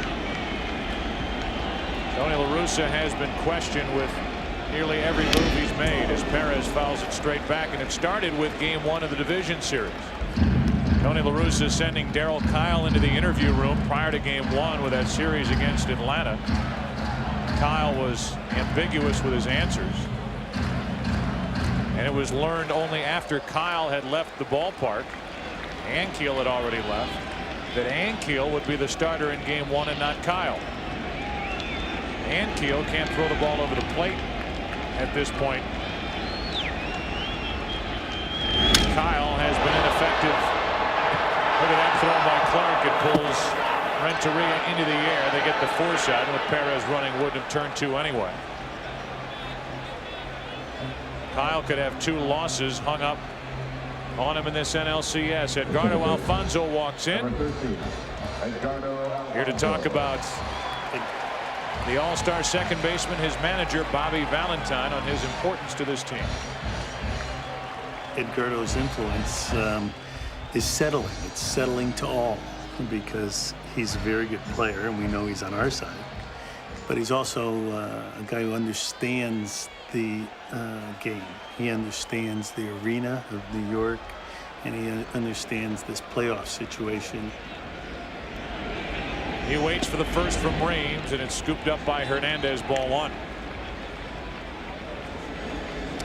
Edgardo Alfonzo, who was disappointed with the intensity of his teammates during and after game 3, the Saturday game, when Andy Benes shut down the Mets and the Cardinals won what is their only game so far in this NLCS, 8-2.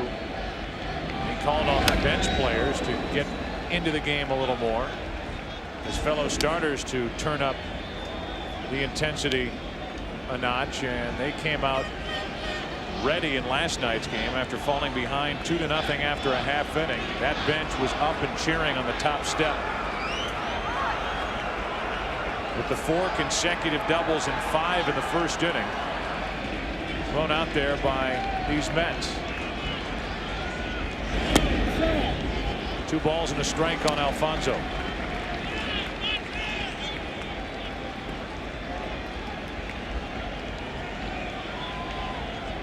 One out of 3 tonight, extending his postseason hitting streak to 11 games, going back to the NLCS last year.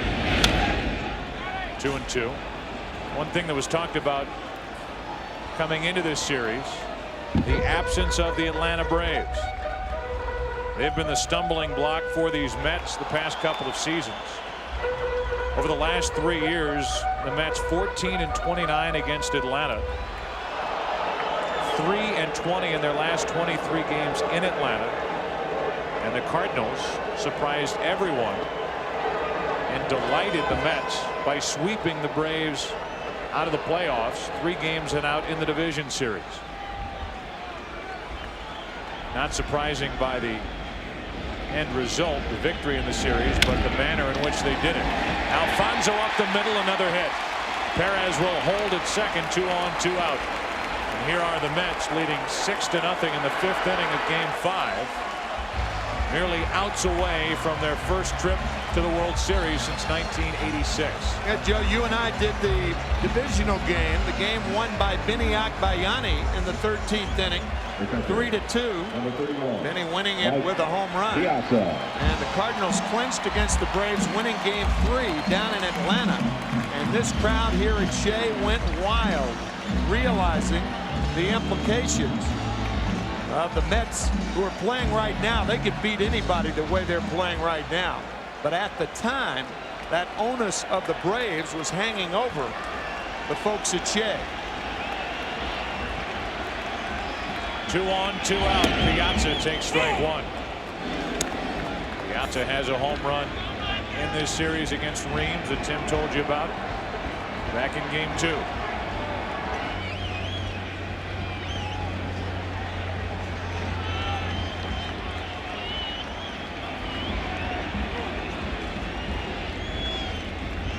Time called to the plate. Piazza tonight has walked and scored, grounded back to the pitcher, doubled and scored.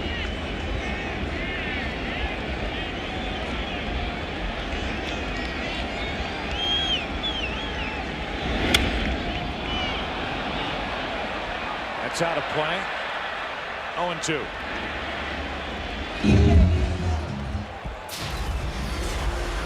Game 4. That. Back of the bullpen off Mike James last night. His second of this series. 4th career in the postseason.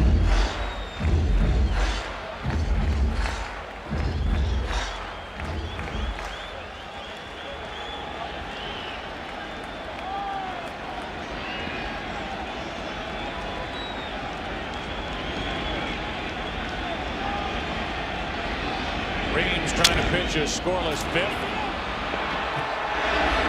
Takes care of Piazza and the Mets. 2 hits, 2 left. The Mets have left 9. They've scored 6, and behind Mike Hampton here in Game 5 lead St. Louis 6-0. Back to the hill is Mike Hampton. 6th inning now, 6-0 Mets. James Cameron, the director of The Terminator, brings you his new series Dark Angel tomorrow at 9 Eastern, 8 Central. After all new episodes of That 70s Show and Titus here on Fox.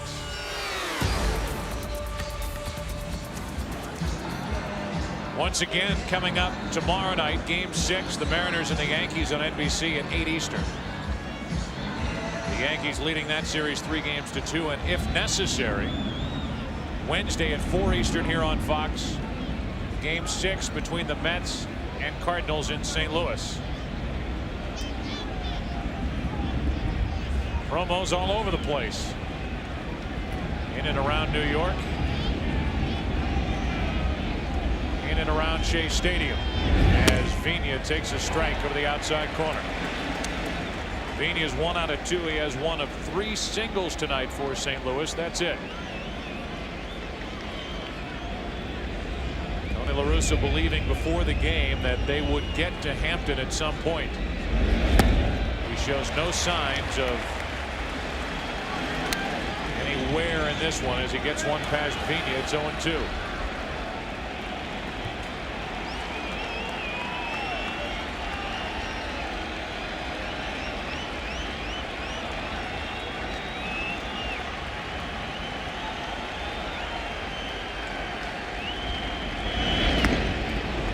Ball and 2 strikes. Most of the time, it is not a combination where a pitcher gets a lot of ground balls and strikes a lot of hitters out. But tonight, Hampton has good control and strikeout stuff, and it's unusual for him to pitch like that. Good start to the 6th inning for Mike Hampton. Strikeout number 7. Tony La Russa in the dugout for the Cardinals. First in the big leagues as a manager with the White Sox back in 1979. Was with the Oakland Athletics. 4 division titles, 3 pennants, a world championship in 1989. And as Polanco takes a strike, Tony La Russa came to St. Louis in 1996. His 5th year this year. His 2nd appearance in the National League Championship Series, but in that first year that he had in a Cardinal uniform, a 3-1 series advantage over Atlanta. Some pitching rotation questions in that series as well. Starting pitchers on short rest. he ended up sending Donovan Osborne to the mound in Game 7 of that National League Championship Series. And the look in his eyes told you before that thing started the Braves were going to the World Series. No, the Cardinals did not score but one run in the last 3 games against Atlanta that year. The other 2 things you mentioned last inning, to me, they're not controversial. You can't look at one inning during this playoff series and tell me that Mark McGwire could have been used by Tony La Russa. That is a non-issue in my view. It certainly becomes an issue when articles are written, call-in shows occur, and that's been the hot topic, as well as the starting pitching selection for last night's game, especially after the fact, after Darryl Kyle did what he did last night when he lasted only 3+ innings, allowing 7 runs on 8 hits. Holding Henkin back. Henkin did not start in the division series. He didn't start till Game 5 in this National League Championship Series. 16 days of rest. And he was searching for it in the first inning. Before you knew it, it was 3-0 Mets. With the way Mike Hampton is pitching, that might prove to be enough. 1 out, nobody on, and a full count on Polanco. Well, issues can be raised and controversies can be raised, but behind these you have to have substance. And as I said, if you look at every inning of every game during the playoffs, you can't tell me or any reasonable baseball fan that Mark McGwire should have been used. It is without substance. Now, last night I can understand that with Darryl Kyle working on 3 days rest. But along those lines, I'll ask you, John Q. Public, not you, Joe. But who do you go to? If this is going to work out to a 7-game series, to me, Darryl Kyle, and we talked about it before the game last night. I mean, Darryl Kyle on 3 days rest. What's wrong with 3 days rest? This has just gotten out of hand, really. 1 on, 1 out for Edmonds. And strike 1. And if Tony had started Pat Henkin last night and he had lost, he would have been subjected to the same type of criticism. It's not fair. But then the other argument could not be made that you're bringing Kyle back on short rest. You would have Kyle on at least closer to regular rest. Right. Coming back with the hope of getting this series back to St. Louis, which is the strongest argument made along those lines that you're talking about, the McGwire arguments, the starting pitching arguments that are made, as Edmonds takes ball 1 up and away, 1 ball, 1 strike. And certainly after the fact, it looks like the wrong decision with the way Kyle pitched and his history on 3 days rest. And some very good starting pitchers in the big leagues and their lack of success on 3 days rest the last 2 seasons in the postseason.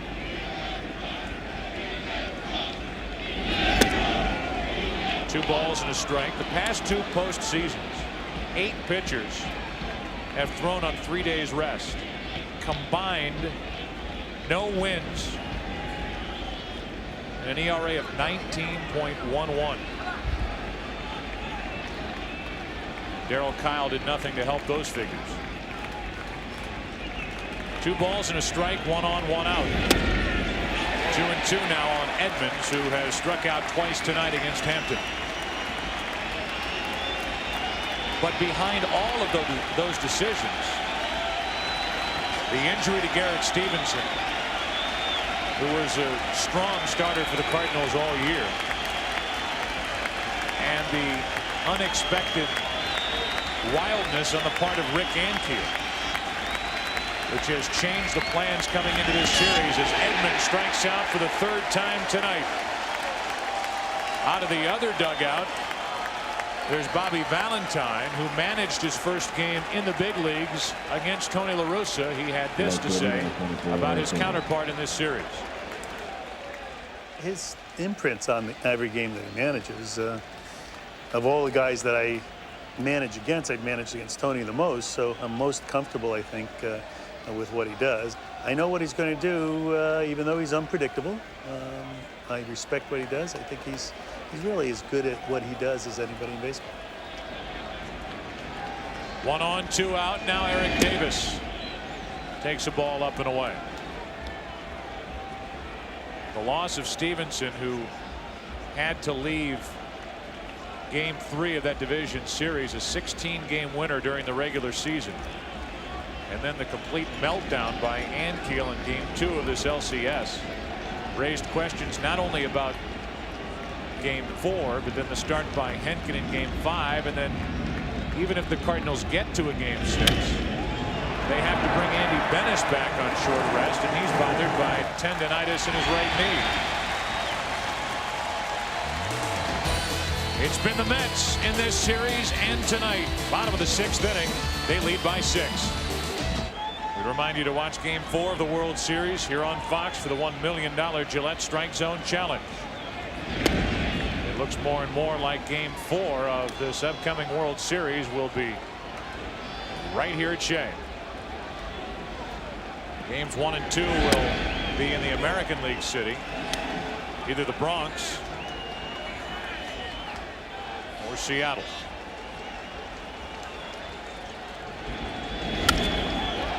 Ventura into center for Edmonds. 1 away. Ventura retired for the first time tonight. It brings in Robin Ventura's carpool mate, coming to the ballpark for most of the season, Todd Zeile. Ventura and Zeile riding to the ballpark together day after day. Zeile just drove Ventura around the bases and to the plate. Perez, Piazza, Ventura to make it 6-0. So it was Todd's turn to drive. One good drive deserves another. Strike 1 from Britt Reams. He was in the express lane with that last ball he hit to right center. Cut right through the wind and off the wall in right center field. 1-1.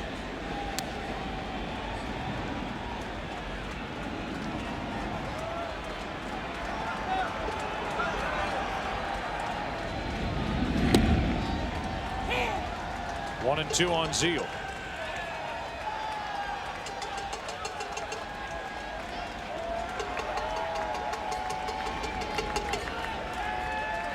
Agbayani next, 2-2.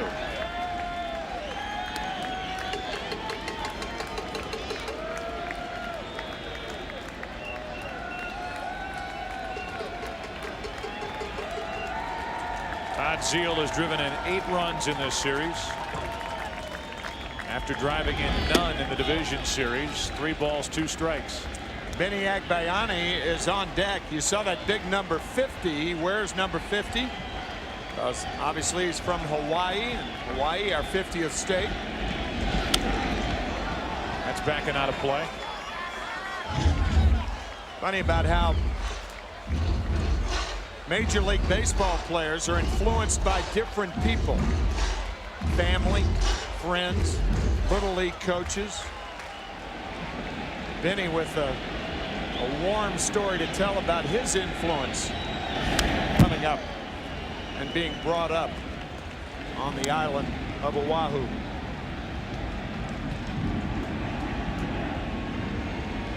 Meanwhile, 3 balls, 2 strikes on Zeile.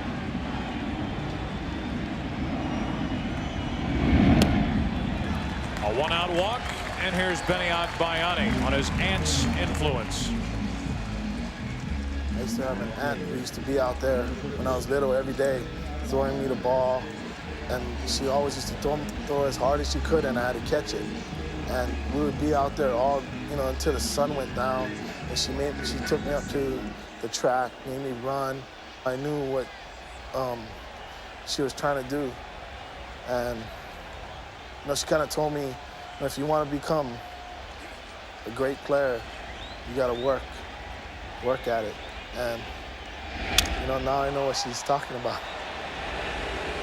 Then he breaks his bat and flies to center into the glove of Edmonds. And the graduate from St. Louis High School in Hawaii is back to the dugout after making the second out here in the bottom of the 6th. Come on, Jay. All that hard work has certainly paid off. Agbayani, a young man who had to choose between football and baseball, obviously made the correct decision. And he has had one guy firmly in his corner since he first laid eyes on him, and that was Bobby Valentine. In the minor leagues, he was the AAA manager back in '96. Valentine was in this Met organization. He liked the way the ball jumped off the bat of Agbayani, but thought he needed a little more pop. Introduced him to a high leg kick, that leg kick that he uses here. When he gets into a ball, he can thump it. 1 on, 2 out, 1 ball, no strikes on Jay Payton. 1-1.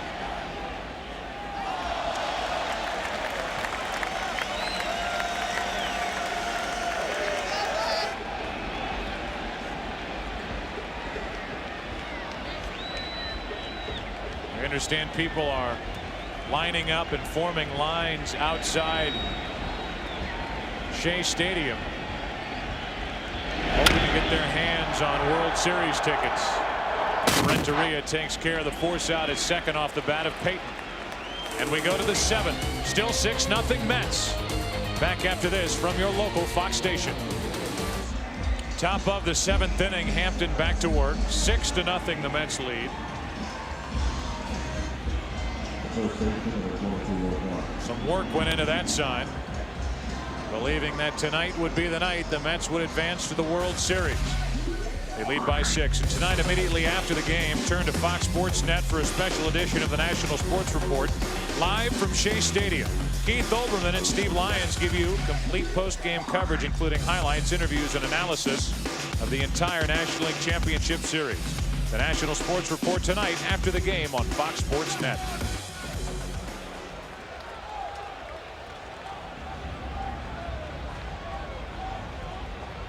We will have the trophy presentation, the MVP award presentation, the celebration right here if it ends tonight. And again, the Cardinals have 9 outs left to try to make something happen against Mike Hampton. So far, they haven't been able to put anything together.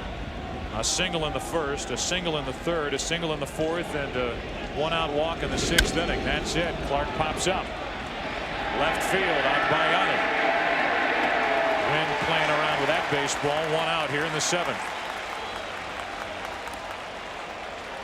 The Seattle Mariners have already proven that they can defeat the New York Yankees 3 in a row in the postseason. They did that back in 1995 in the division series to advance to the LCS, eventually losing to the Cleveland Indians,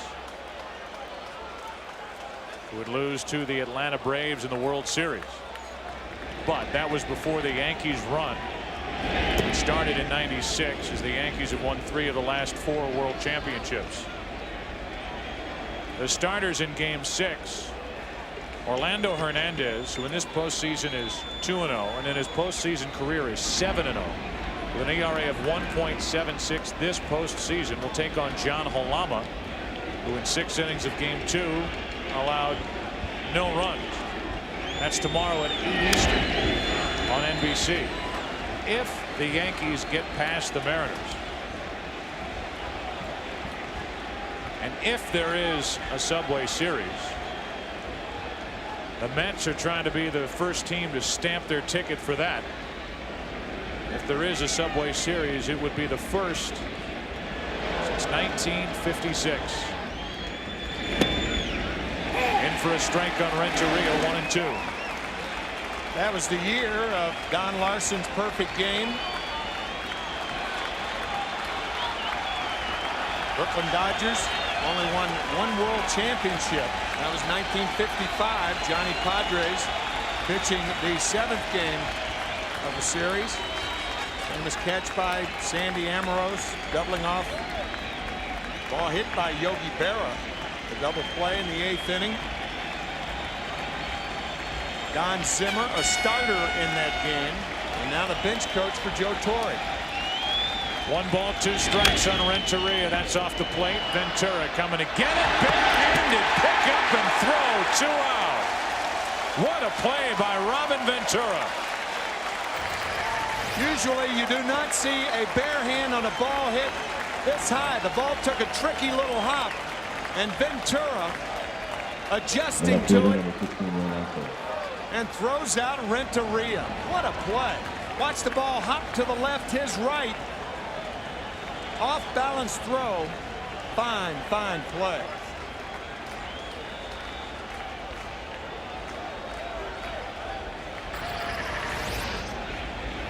Well, if the Yankees indeed face the Mets in the World Series, it will be a World Series which will highlight two third basemen who come in on the ball. Probably the best in the big leagues in today's game. And Robin Ventura for the Mets, Scott Brocious for the Yankees. No argument here. 2 up, 2 down in the 7th inning. And Hampton is just too much tonight for St. Louis. 0-2 on Langford. Rick Ankiel getting loose for the Cardinals in the bullpen.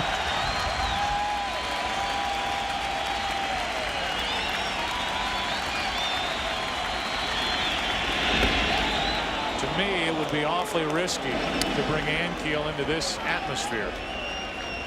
I'm sure Tony La Russa will tell you it can't get much worse than what happened in Game 2. They're going to have to rebuild starting in spring training with Ankiel's confidence. But he's getting loose right now. 1 ball, 2 strikes. Langford rolls 1 to first. Zeal on the other end, and the Cardinals go in order. Mike Hampton saying before the game he was ready to pitch the game of his life. So far, making good on that promise. Time to stretch. 6-0 Mets. Well, here in the bottom of the 7th inning, while some of the men and women who entertain on the field between innings exit behind home plate, one of them just had to duck from a ball coming back to the backstop from Rick Ankiel. And anybody with any compassion, whoever they root for, has to hope that Ankiel has an uneventful 7th inning. Here's pitching coach Dave Wallace for the Mets. I hope our fans do the right thing if the same thing happens. Hoping that if Ankiel has those same troubles as fans, do the right thing, and that's a good start. A fastball just poured into Mike Bordick. Eli Marrero now catching as Hernandez is finished for the rest of the night. You don't know what Ankiel's going to do, but I do think it's a good move by Tony La Russa. Instead of allowing this to fester, his 2 performances against Atlanta and against the Mets, if there is a continuation of that, there's no more damage done than there was. But if he comes in with an inning or 2, retires the Mets in order, and perhaps ending the season on a positive note. 3 balls and a strike. Classic comment from Dave Wallace, though. And to be expected from a guy like Dave Wallace. Exactly. 3 balls and a strike on Bordick with Hampton the pitcher next. And a leadoff walk. Who can forget the control trouble for Ankiel in Game 2? He lasted only 2/3 of an inning. That was his first pitch to Perez. A couple of wild pitches mixed in to go with these out of the strike zone. And after 2/3 of an inning, Britt Reams was pitching. Now, after Reams is finished, it's Ankiel coming in, and Mike Hampton tiptoeing into the batter's box and getting a bunt down. That wasn't easy. And the sacrifice good. 3-4.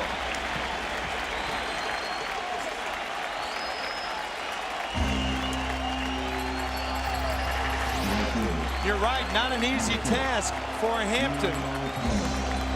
With Ankiel's recent history of wildness. High fastball, nicely done by Hampton. And I'm sure that Bobby Valentine is just happy that Hampton got out of there without getting injured. Timo Perez will dig in now. We showed you that first pitch that Ankiel unleashed in Game 2 was at the head of Perez, who eventually struck out in what looked like a situation where he was more or less taking on 3-2. Yeah.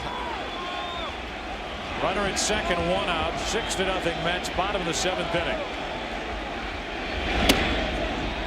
You called it in game 2 electric stuff. And you don't have to know much about baseball to watch Rick Ankiel pitch and compare him to others that you see even in a postseason game. And see how talented this 21-year-old can be. On the outside corner, a ball and a strike. And Rick walked 99 this season. Struck out 194 to break Dizzy Dean's rookie strikeout record for the Cardinals, set in 1932.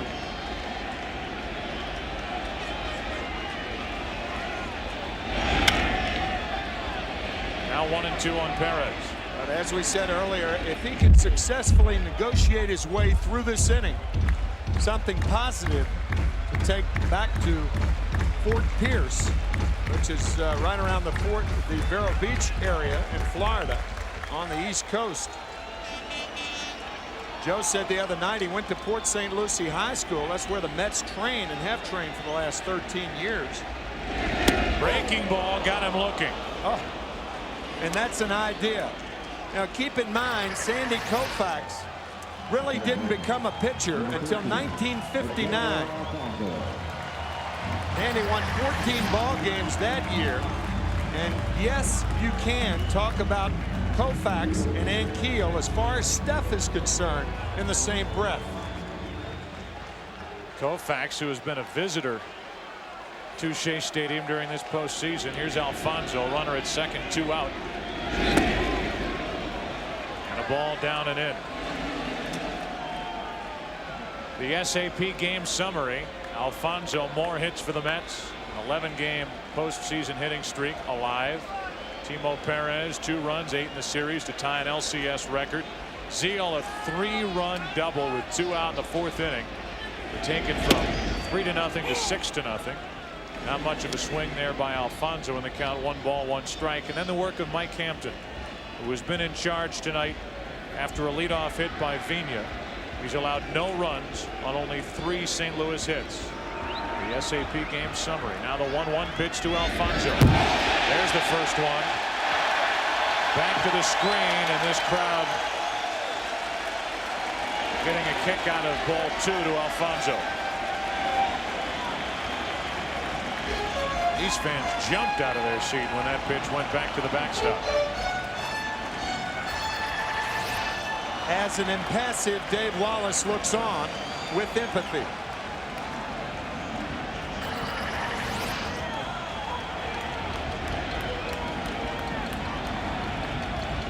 Runner in third, another wild pitch. Here comes Portick, 7-0.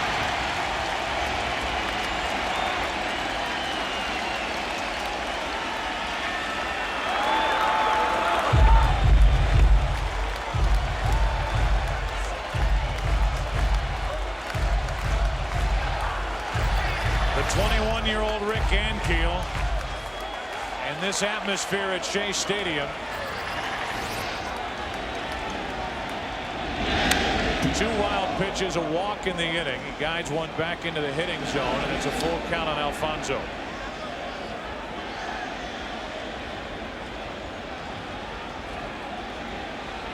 After the game, stay with us. The post-game celebration, presentation of the National League Championship Series trophy, and the MVP presentation. 7-0 Mets here in the 7th. 2 out, nobody on, 3-2 to Alfonso. Down the right field line, and that'll get well out of play.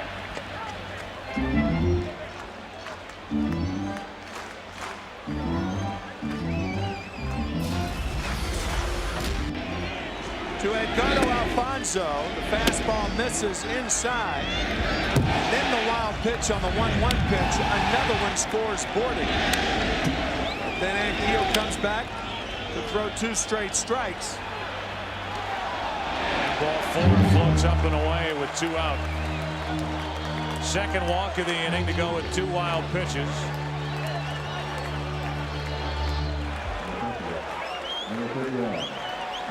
A postseason record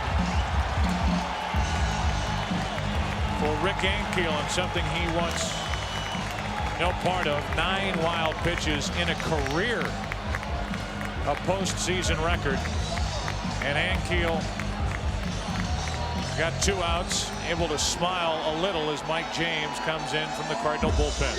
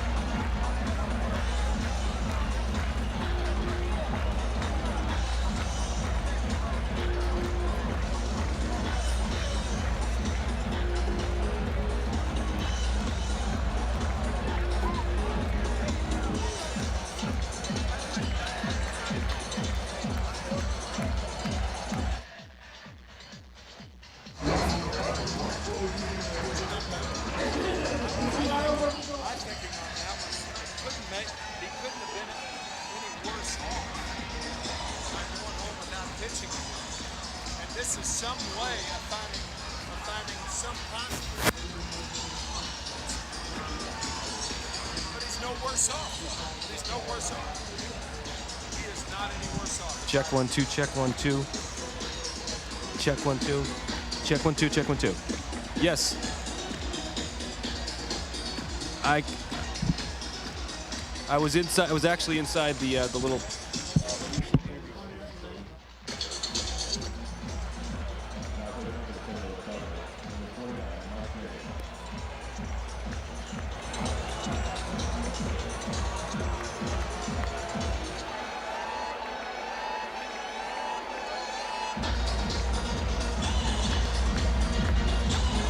Well, let's talk about Rick Ankiel again. I know many will question Tony La Russa bringing Rick Ankiel in this atmosphere, as we talked about when he entered in the bottom of the 7th inning. He issued a leadoff walk, threw 2 wild pitches during the at-bat of Edgardo Alfonso, eventually walked him. He's gone. He struck out Perez during the inning. He gives way to Mike James, and the question will be, did that further damage the psyche of Rick Ankiel heading toward the offseason? Well, I guess it's an arguable point, but my view is he could not have been worse off had he not pitched tonight. I mean, if he goes back to Florida with those 2 appearances in that dreadful appearance in St. Louis, to me, he's worse off than trying to find something positive out of tonight's performance. It was interesting, Joe, to see him go back to the dugout. The Cardinal teammates shaking his hand, patting him on the back, almost like a field goal kicker who had missed a very important 3-point try in the Super Bowl.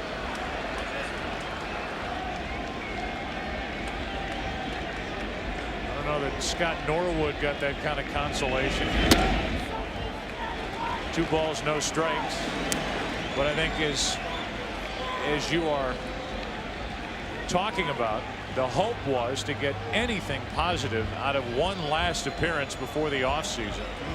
He made some good pitches, but again, showed that wildness, something that hasn't been a problem for him, even in the short while he was up in the big leagues at the end of last year. And nothing to this extent during the regular season his rookie year. But Tony La Russa giving him a shot here at Shea Stadium in Game 5. And he ends up with 2 more walks and 2 more wild pitches and 9 in his postseason career, which is a record already. 3-1 now on Piazza. And you'll notice Rick Ankiel, when he went back to the Cardinals bench after coming out of the ballgame, immediately going to Mike Matheny, the injured regular season catcher for the St. Louis Cardinals. I don't think we can overstate how much the Cardinals have missed Mike Matheny in this series. That's him in the jacket next to Ankiel. 3 balls and a strike on Piazza. And again, if you're just joining us, you don't know the story behind Mike Matheny and why he's on the bench. was opening a birthday present late one night or early in the morning after a long flight home back from San Diego. He was by himself. He opened up a present. It was a hunting knife, something, by the way, that he doesn't really collect. He was putting it back in its sheath, and it cut right through the sheath and right into the ring finger on his right hand, severing tendons and damaging a nerve. Piazza reaching for it, pops it up. James and the Cardinals out of the 7th, and as we go to the 8th inning here at Chase Stadium, the Mets on top now, 7-0. Of those 7, the Yankees won 6, and that was the Dodgers' only win. Home locker room hard mic. Home locker room hard mic. Bill Webb, you were trying to reach me?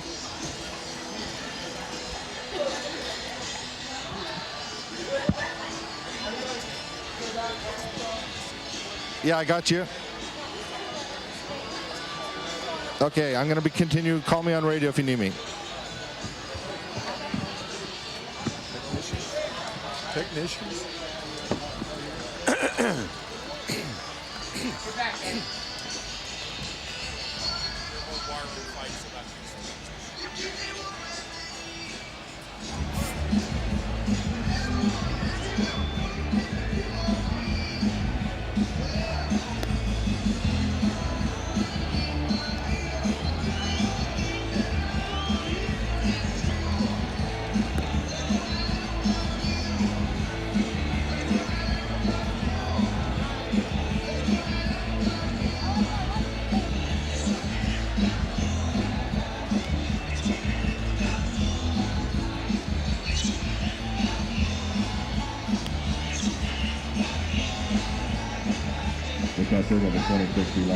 Mike Hampton to work in the 8th inning. He has 8 strikeouts tonight. Some of the ways that he piled them up here in Game 5. Joe and I talked earlier about how Mike Hampton is not a strikeout pitcher. His career high is 12 Ks. Normally a ground ball pitcher, but tonight has belonged totally to Mike Hampton. Everything down, down, down from Hampton with movement on it. Eli Marrero, his first at bat since taking over behind the plate for Carlos Hernandez. Cardinals bringing in a more athletic catcher when they brought in Rick Ankiel. That's a bad sign. Yep.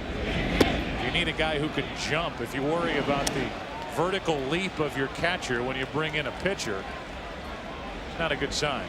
Which is what Tony La Russa told us is the reason that Marrero caught Ankiel in Game 2 and then brought him in tonight. 2 balls and a strike from Hampton pitching in the 8th, leading by 7 now, 2-2.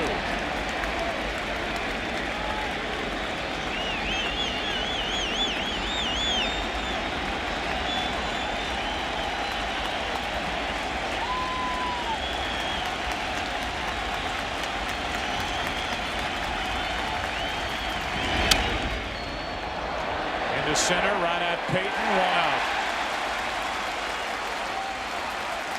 What do you see from Mike Hampton tonight, Bob?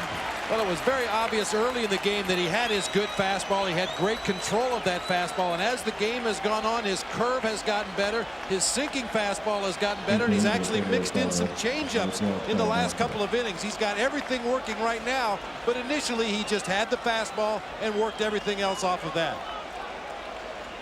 Sean Dunston will come off the bench and pinch hit. 3 out of 6 in the postseason so far. Dunston, then Vina against Hampton.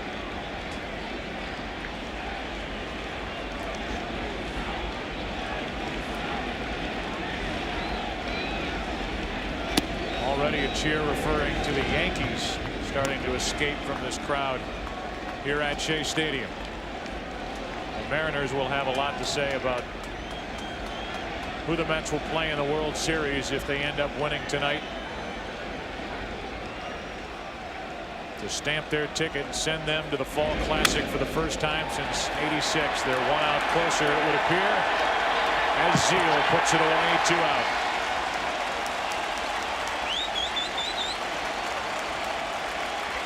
You go back to last year, and these Mets were in the National League Championship Series Game 6. They had been down 5-0 in the first inning. They tied the game 7-7, but in Game 6, the bases loaded walk to Andrew Jones. Kenny Rogers had walked 3 batters that inning, sent the Braves to the World Series. 4 games for the Braves after that. More frustration for Atlanta and their fans as the Yankees won their 25th World Championship. Fernando Vina with 2 out, nobody on, took ball 1. Vina 1 out of 3 tonight. That's foul. 1-1. Joe, you mentioned the Seattle Mariners. Keep in mind that Freddie Garcia and company, the bullpen included, shut out the Yankees in Game 1 of the American League Championship Series. And as you mentioned, John Halama and the bullpen held the Yankees scoreless for the first 7 innings of that game at Yankee Stadium. Until a 7-run outburst in the 8th inning, a victory in Game 2. Victories in Game 3 and 4, and right now these fans at Shea, you look at their series on the scoreboard, applauding these Mets who lead 3-1. 7-0, 8th inning. To his right, Alfonso, bottom of the 8th.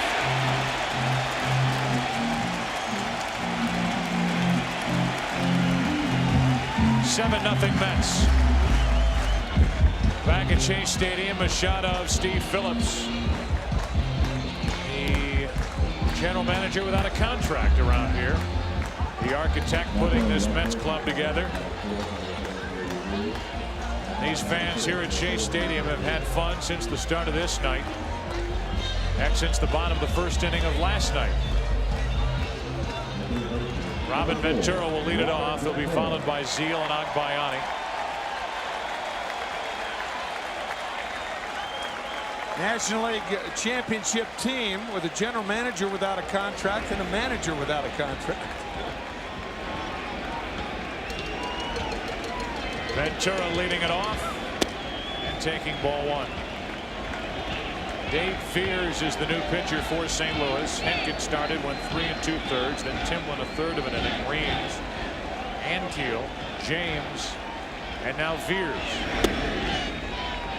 Solid closer this season for St. Louis. The count 2-0. J.D. Drew takes over out in right.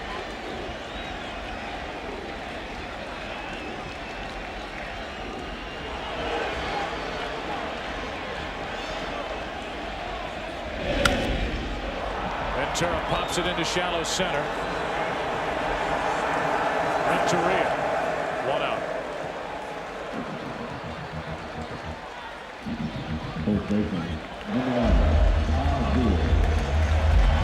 Todd Zeal walks in.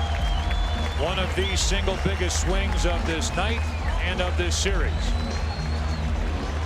Back in the 4th inning with the bases loaded, 2 out. It was 3-0 Mets. The way Mike Hampton has pitched since the start, it didn't look like he and the Mets would need much more than 3 runs, if they would at all. But Todd Zeal delivered that right cross to the chin of his former organization. He bats with 1 out, nobody on, and jumps back from ball 1. Mike Hampton, the winner in Game 1, on his way to a win in Game 5. 1 out, nobody on, 1 ball, no strikes. Zeal takes strike 1. Post-game celebration after this game, then the presentation of the NLCS trophy, the MVP presentation. You could have 3 or 4 entries on that list for the MVP of this series. A 1-1 is high, 2 balls and a strike. Timo Perez, what he's done in this series. Mike Piazza over 400, 2 home runs, and Mike Hampton has pitched 15 shutout innings with 12 strikeouts. He might have 2 of the 4 wins for the Mets in this league championship series. It's into right, playable for Drew. Fresh into the game. 2 out. You could throw Edgardo Alfonso into that mix also. Alfonso batting close to 500. The Mets have had many heroes in this 5-game series against the Cardinals. If there is a Subway Series, it would be the 14th overall. Some of them come with a little asterisk. You go back to 1921, 1922. The Giants and Yankees met.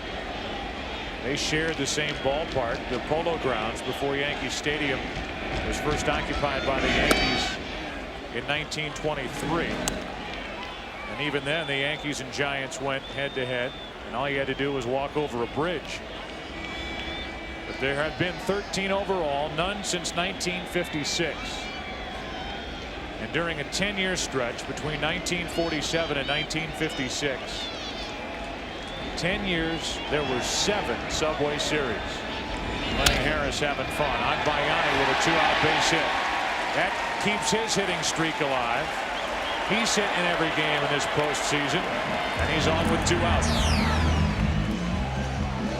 This is a look ahead, and this is obviously a look ahead if they play the Yankees. And again, this comes with the huge disclaimer that the Seattle Mariners could very well win 2 more games over the Yankees. They won Game 5, and again, they've proven they can beat the Yankees in the postseason 3 straight back in '95. Mets have never faced the Seattle Mariners, so we can't do much of a head-to-head matchup there. But since interleague play began, the Mets are 7-11 against the Yankees. Here's Jay Payton, 1 out of 4. 1 on, 2 out. Strike 1 on Payton.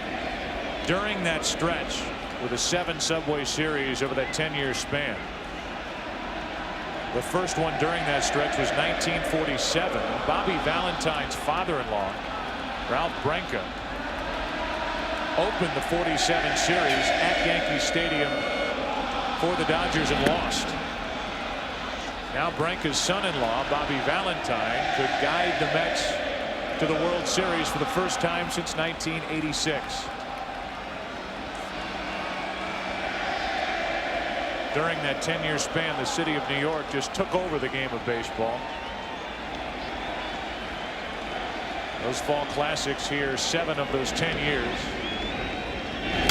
Neighborhoods divided, households divided. Who are you rooting for? Who are you rooting for? Stoops were divided. And that may be the case again. The Mets and Yankees, or the Mets and the Mariners. Yankees lead their best-of-7 series 3-2, with Game 6 tomorrow night on NBC at 8 Eastern. And the Mariners will be trying to send it to a Game 7. They'll be dealing with Orlando Hernandez and the good young left-hander John Halama pitching for the Mariners. Here's the 0-2 to Payton. Almost hit him. He almost offered at it. 1 ball, 2 strikes. Joe, we talked about it earlier. The Brooklyn Dodgers, the only series that they won, 1955. The Yankees won all of the other ones. In those 10 years, the Yankees winning 6 times.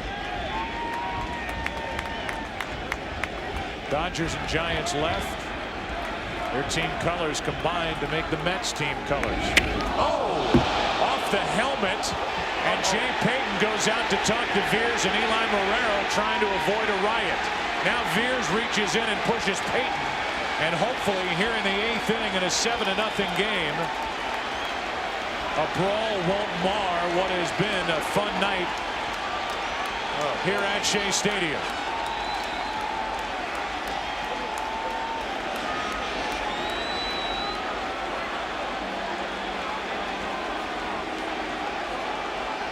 Blood on the face of Jay Payton as he took that pitch off the head.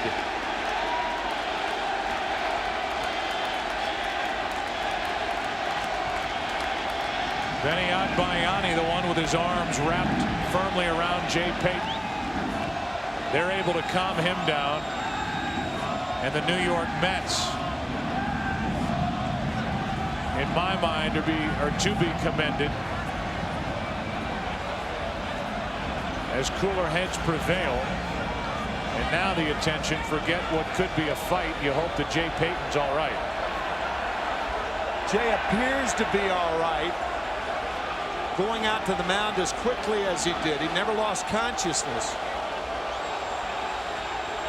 And this is one of the more surprising predicaments. Out of nowhere, Dave Veer's fastball veered inside and hit Jay Payton. And as you could see right near the eye, a frightening scene.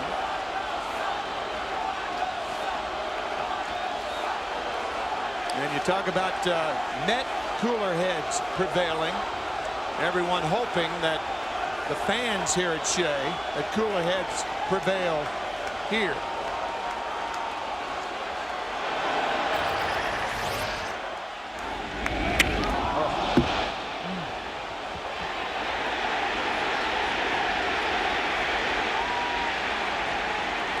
Veers didn't help matters with that little push. Nope.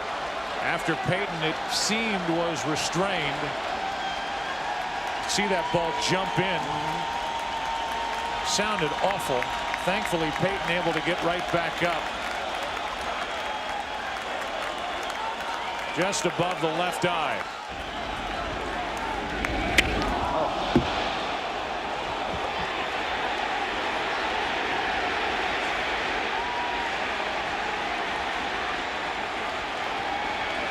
Well, we'll take a look at the sequence of those pitches. There were several splitters away during that at bat. The first pitch, one of them, and then again with the splitter. Another one fouled off. And now Veers coming inside and now way inside to hit him. Boy, that's just frightening.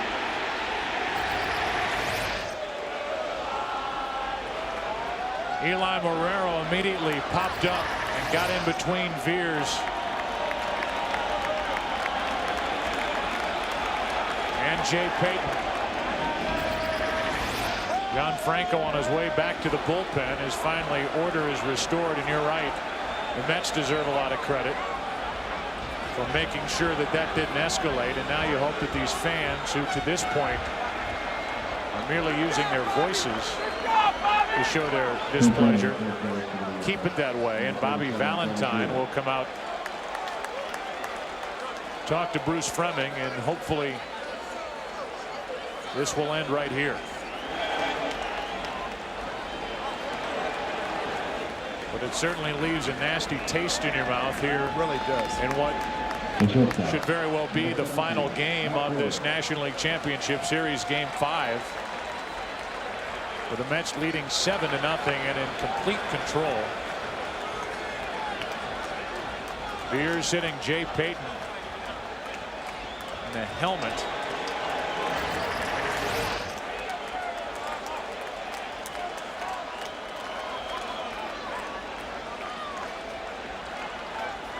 Anytime you come inside to a hitter, there is a danger, obviously. Jay with that lump over his left eye, bleeding. I can't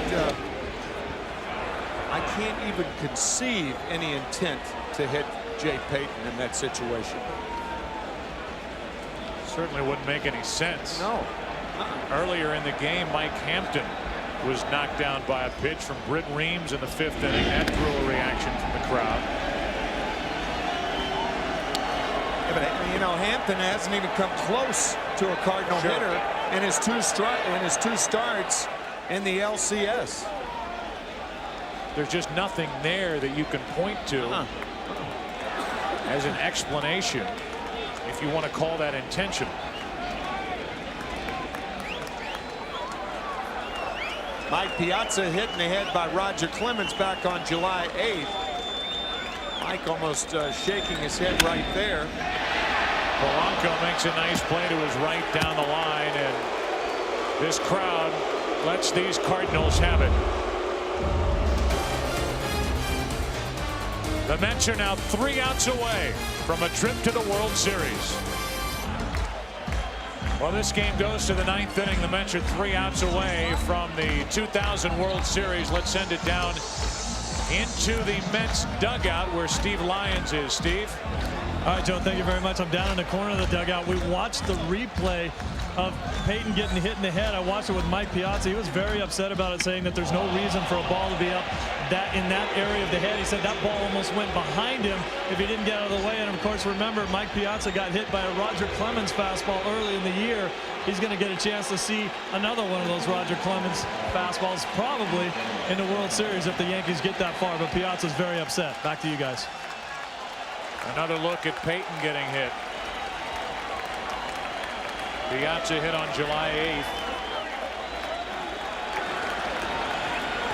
Beers in the dugout. And Hampton back on the mound. He will deal with Paquette, who will bat for Polanco. Then McGuire standing in the on-deck circle.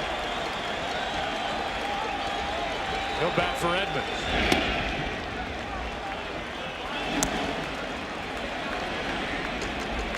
Joe McEwing takes over in right field. Timo Perez goes to center as his strike is on the inside corner. And in the end, with that situation with Peyton, all that matters now is that Peyton's all right. Paquette in the air to left. Agbayani, 1 out.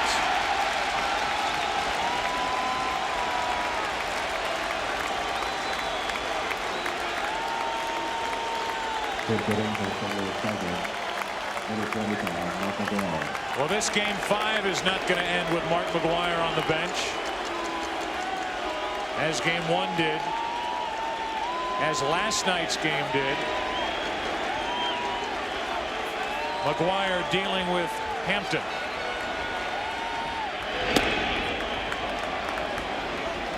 McGuire 4 out of 23 in his career against Mike Hampton. 1 out, nobody on.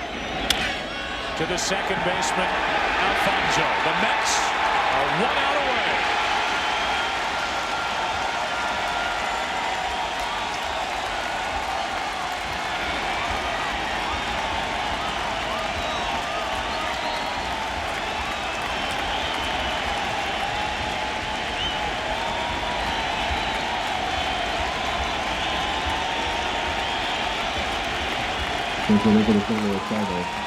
Number 29, Rick Wilkins.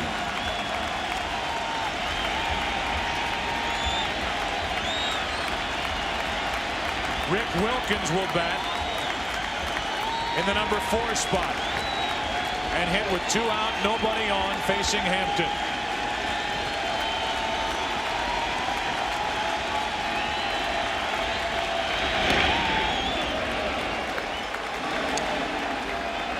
Hampton saying he was ready to pitch the game of his life before this game 5. He has done that. No runs, only 3 hits. 7-0 Mets, 9th inning. 1 ball, 1 strike.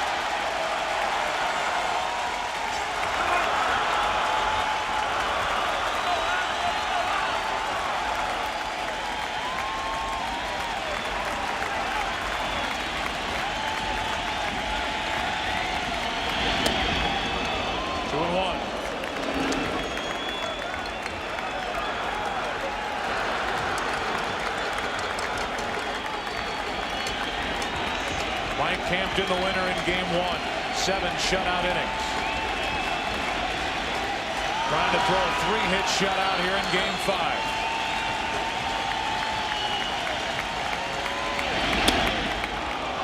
Three balls and a strike.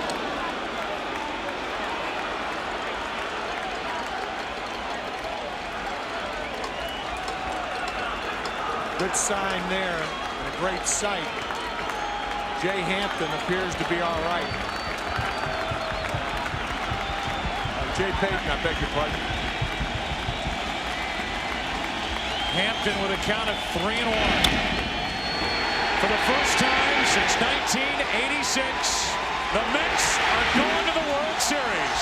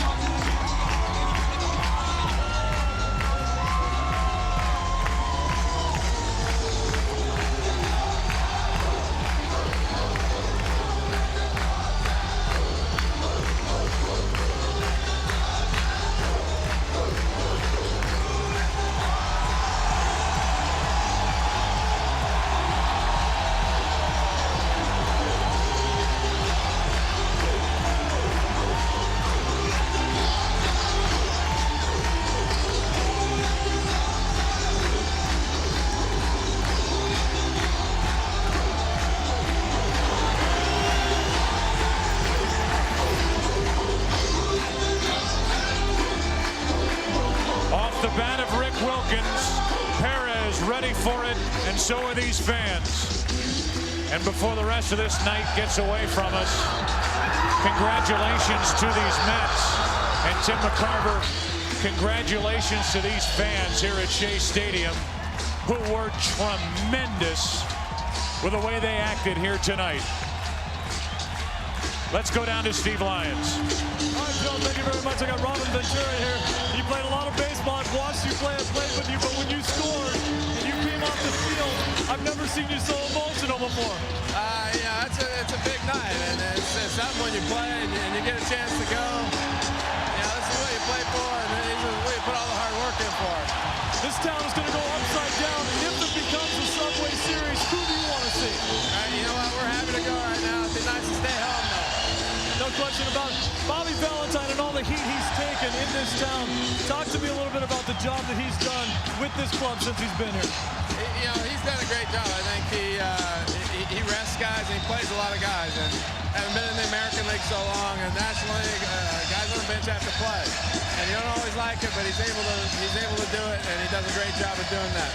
No way did you guys want to go back to St. Louis. Hampton comes in and absolutely shuts them down for 2 games in this series for you guys. Yeah, I mean, he's done an unbelievable job. I mean, our pitchers are the reason why we're here. And, we just score enough offense to get going, but our pitchers are the ones that do it. You're going to the World Series. What's that feel like, man? That feels awesome. I can't believe it. All right, go celebrate with your guys. All right. All right, Joe and Tim, we'll send it back up to you guys. All right, Steve. Sometimes Bobby Valentine is called Top Step Bobby, a guy who has taken his shots for getting on the field time after time. Interesting to note that he stayed in the dugout while his players celebrated on the field as they take a victory lap around the field here at Shea. Joe, I was in a Cardinal uniform in 1969 when the Mets clinched the pennant against the Cardinals. And I can't remember it being this big. Let's go back down to Steve Lyons. All right, got another one of the heroes here for the Mets, Benny Agbayani. And Benny, but this is a long way from AAA a couple years ago, isn't it? Yeah, it is. I worked my butt off, just to be in this place and to make my dreams come true. One of the guys that always believed in you was Bobby Valentine. He gave you the opportunity to play for this team, and you certainly didn't let him down. Yeah, he gave me the opportunity, and he believed in me, and I wanted to show that, he was right, and I had to go out there and prove myself. What was the difference in this series for you guys, swinging the bat so much better than you did in the divisional series? I think, when we went to the divisional series, I think we were just getting ready for this. Are you ready for what's coming up next? You're going to the World Series. I'm ready for anything right now, but I'm going to celebrate first. All right, go do that. Go celebrate. All right, Joe, let's go back to you guys. All right, Steve. Our thanks to Robin Ventura and Benny Agbayani for standing by Steve. Their teammates on that lap around the field still celebrating. Congratulations to Bobby Valentine and the New York Mets. Their 4th pennant here with the Mets. They win it in the year 2000. We'll come back with post-game celebrations after this.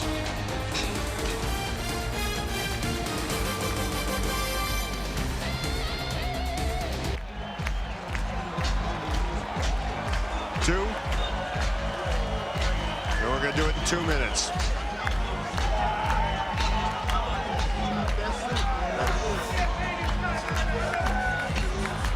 This is the symbolic stuff.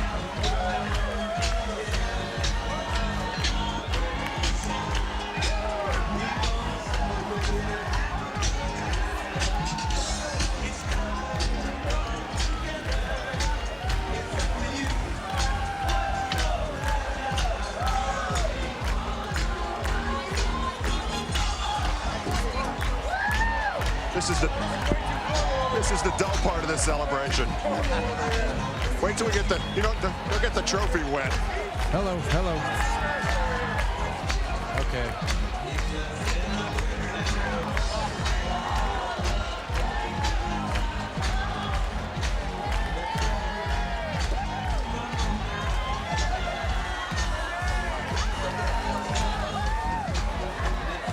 Just us again.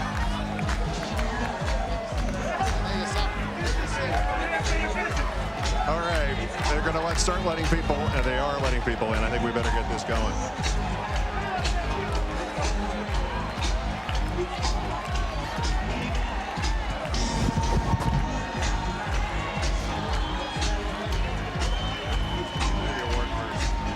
About a minute, less than 10.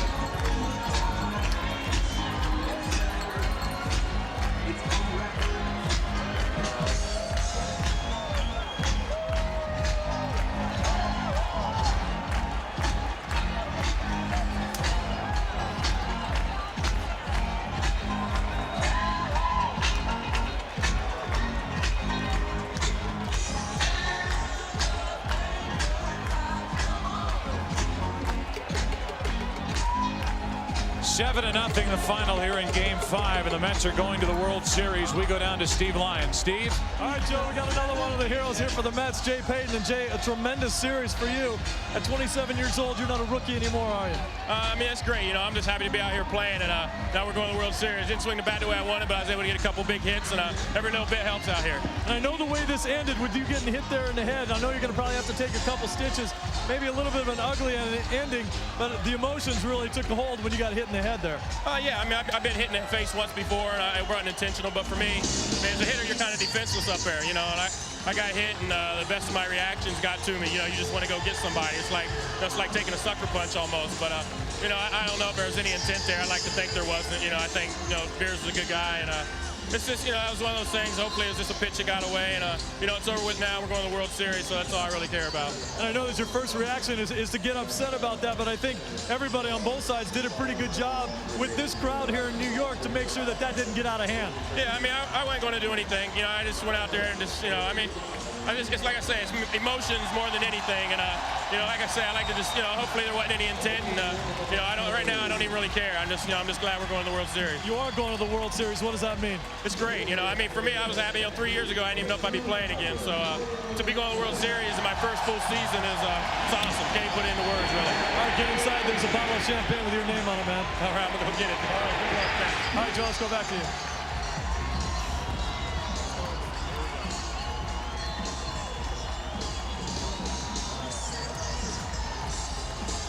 In the Mets locker room, where the champagne is already flying, as baseball vice president of on-field operations Frank Robinson and I both know, along with Nelson Doubleday, the chairman of the board of the Mets, victorious manager Bobby Valentine, and the general manager and vice president Steve Phillips. And Frank, you're here for the official presentation of the somewhat damp Warren C. Giles Trophy as National League champions for the year 2000. Thank you, Keith. Nelson, Bobby, Steve, on behalf of Major League Baseball, I'm proud to present you the Warren C. Giles National League Championship Trophy to the 2000 National League champions, New York Mets. Congratulations. Thank you, Frank. Thank you, Frank. Hey, guys! Hey, give this a second, guys. Look over here. That's a big one for you guys right there. Mr. Doubleday, let me get your thoughts on this tremendous season and the prospects of what may lay ahead, or what certainly lays ahead for you, but may lay ahead for another team that occupies the neighborhood. Well, I don't know what's going to happen to them. They've got their own problems, and we got by ours, and we look forward to meeting whoever shows up on Saturday.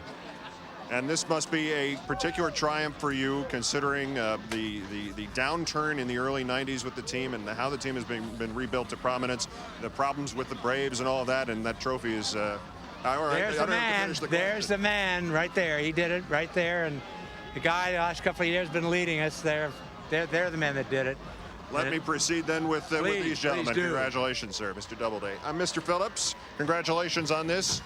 And as the celebratory music begins, the words can't, I'm sure, describe it right now, but what are your emotions at this moment going to the World Series? Oh, absolutely ecstatic and really in disbelief right now. I mean, all the hard work and effort, our scouting staff, player development staff, the front office guys, Bobby and his guys, and the effort the players put in, just fantastic. Great for our Mets fans and great for the city of New York. We're really happy right now. And I suppose this is the exact moment you'll begin the contract negotiations with Mr. Valentine? Well, yeah.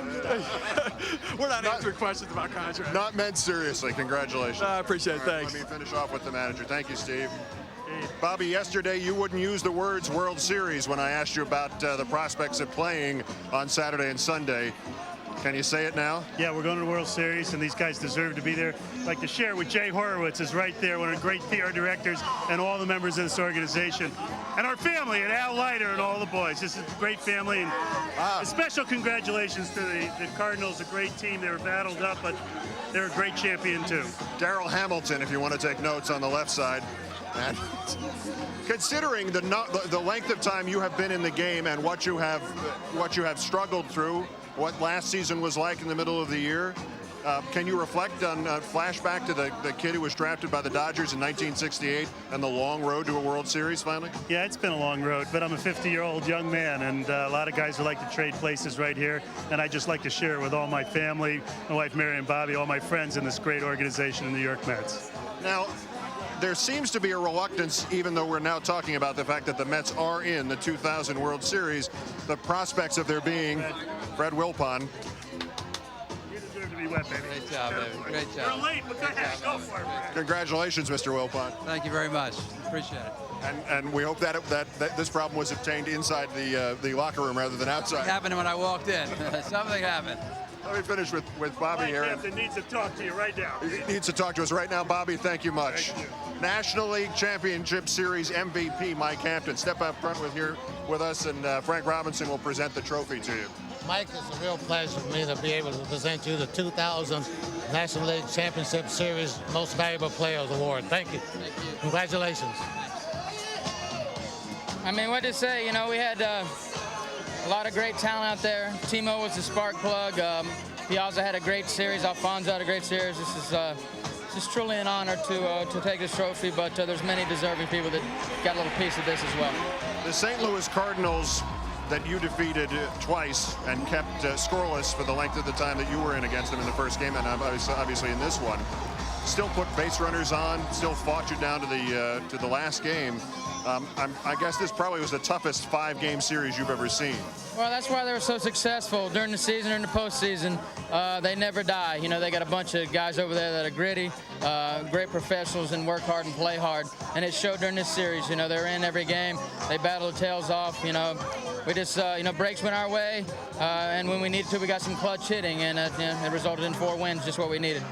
Mike, what about the feeling of coming into this game and saying to yourself or saying to others that you were ready to deliver the game of games? Did you feel like you did that? Did you have it from the first moment out there? I really felt good warming up. You know, the biggest thing is to stay focused through the run scoring, through the fans. I mean, they were rowdy tonight. The biggest thing was to be able to stay focused, and I did that. I concentrated on every pitch, and that's what you have to do against a Cardinals team like they have. Let me ask you one brief question. Would you be the only one on this team who might rather face the Seattle Mariners because you started with that organization? Yeah, I really don't look back upon that, at all. I'm just, whoever we face, I like our chances. We got a great team, and we're going to go out there and battle our butts off. Mike, congratulations being on the National League Championship team and being the MVP. All right, thank you very much. All right, we're going to take a break and then come back with more from the Mets locker room after this.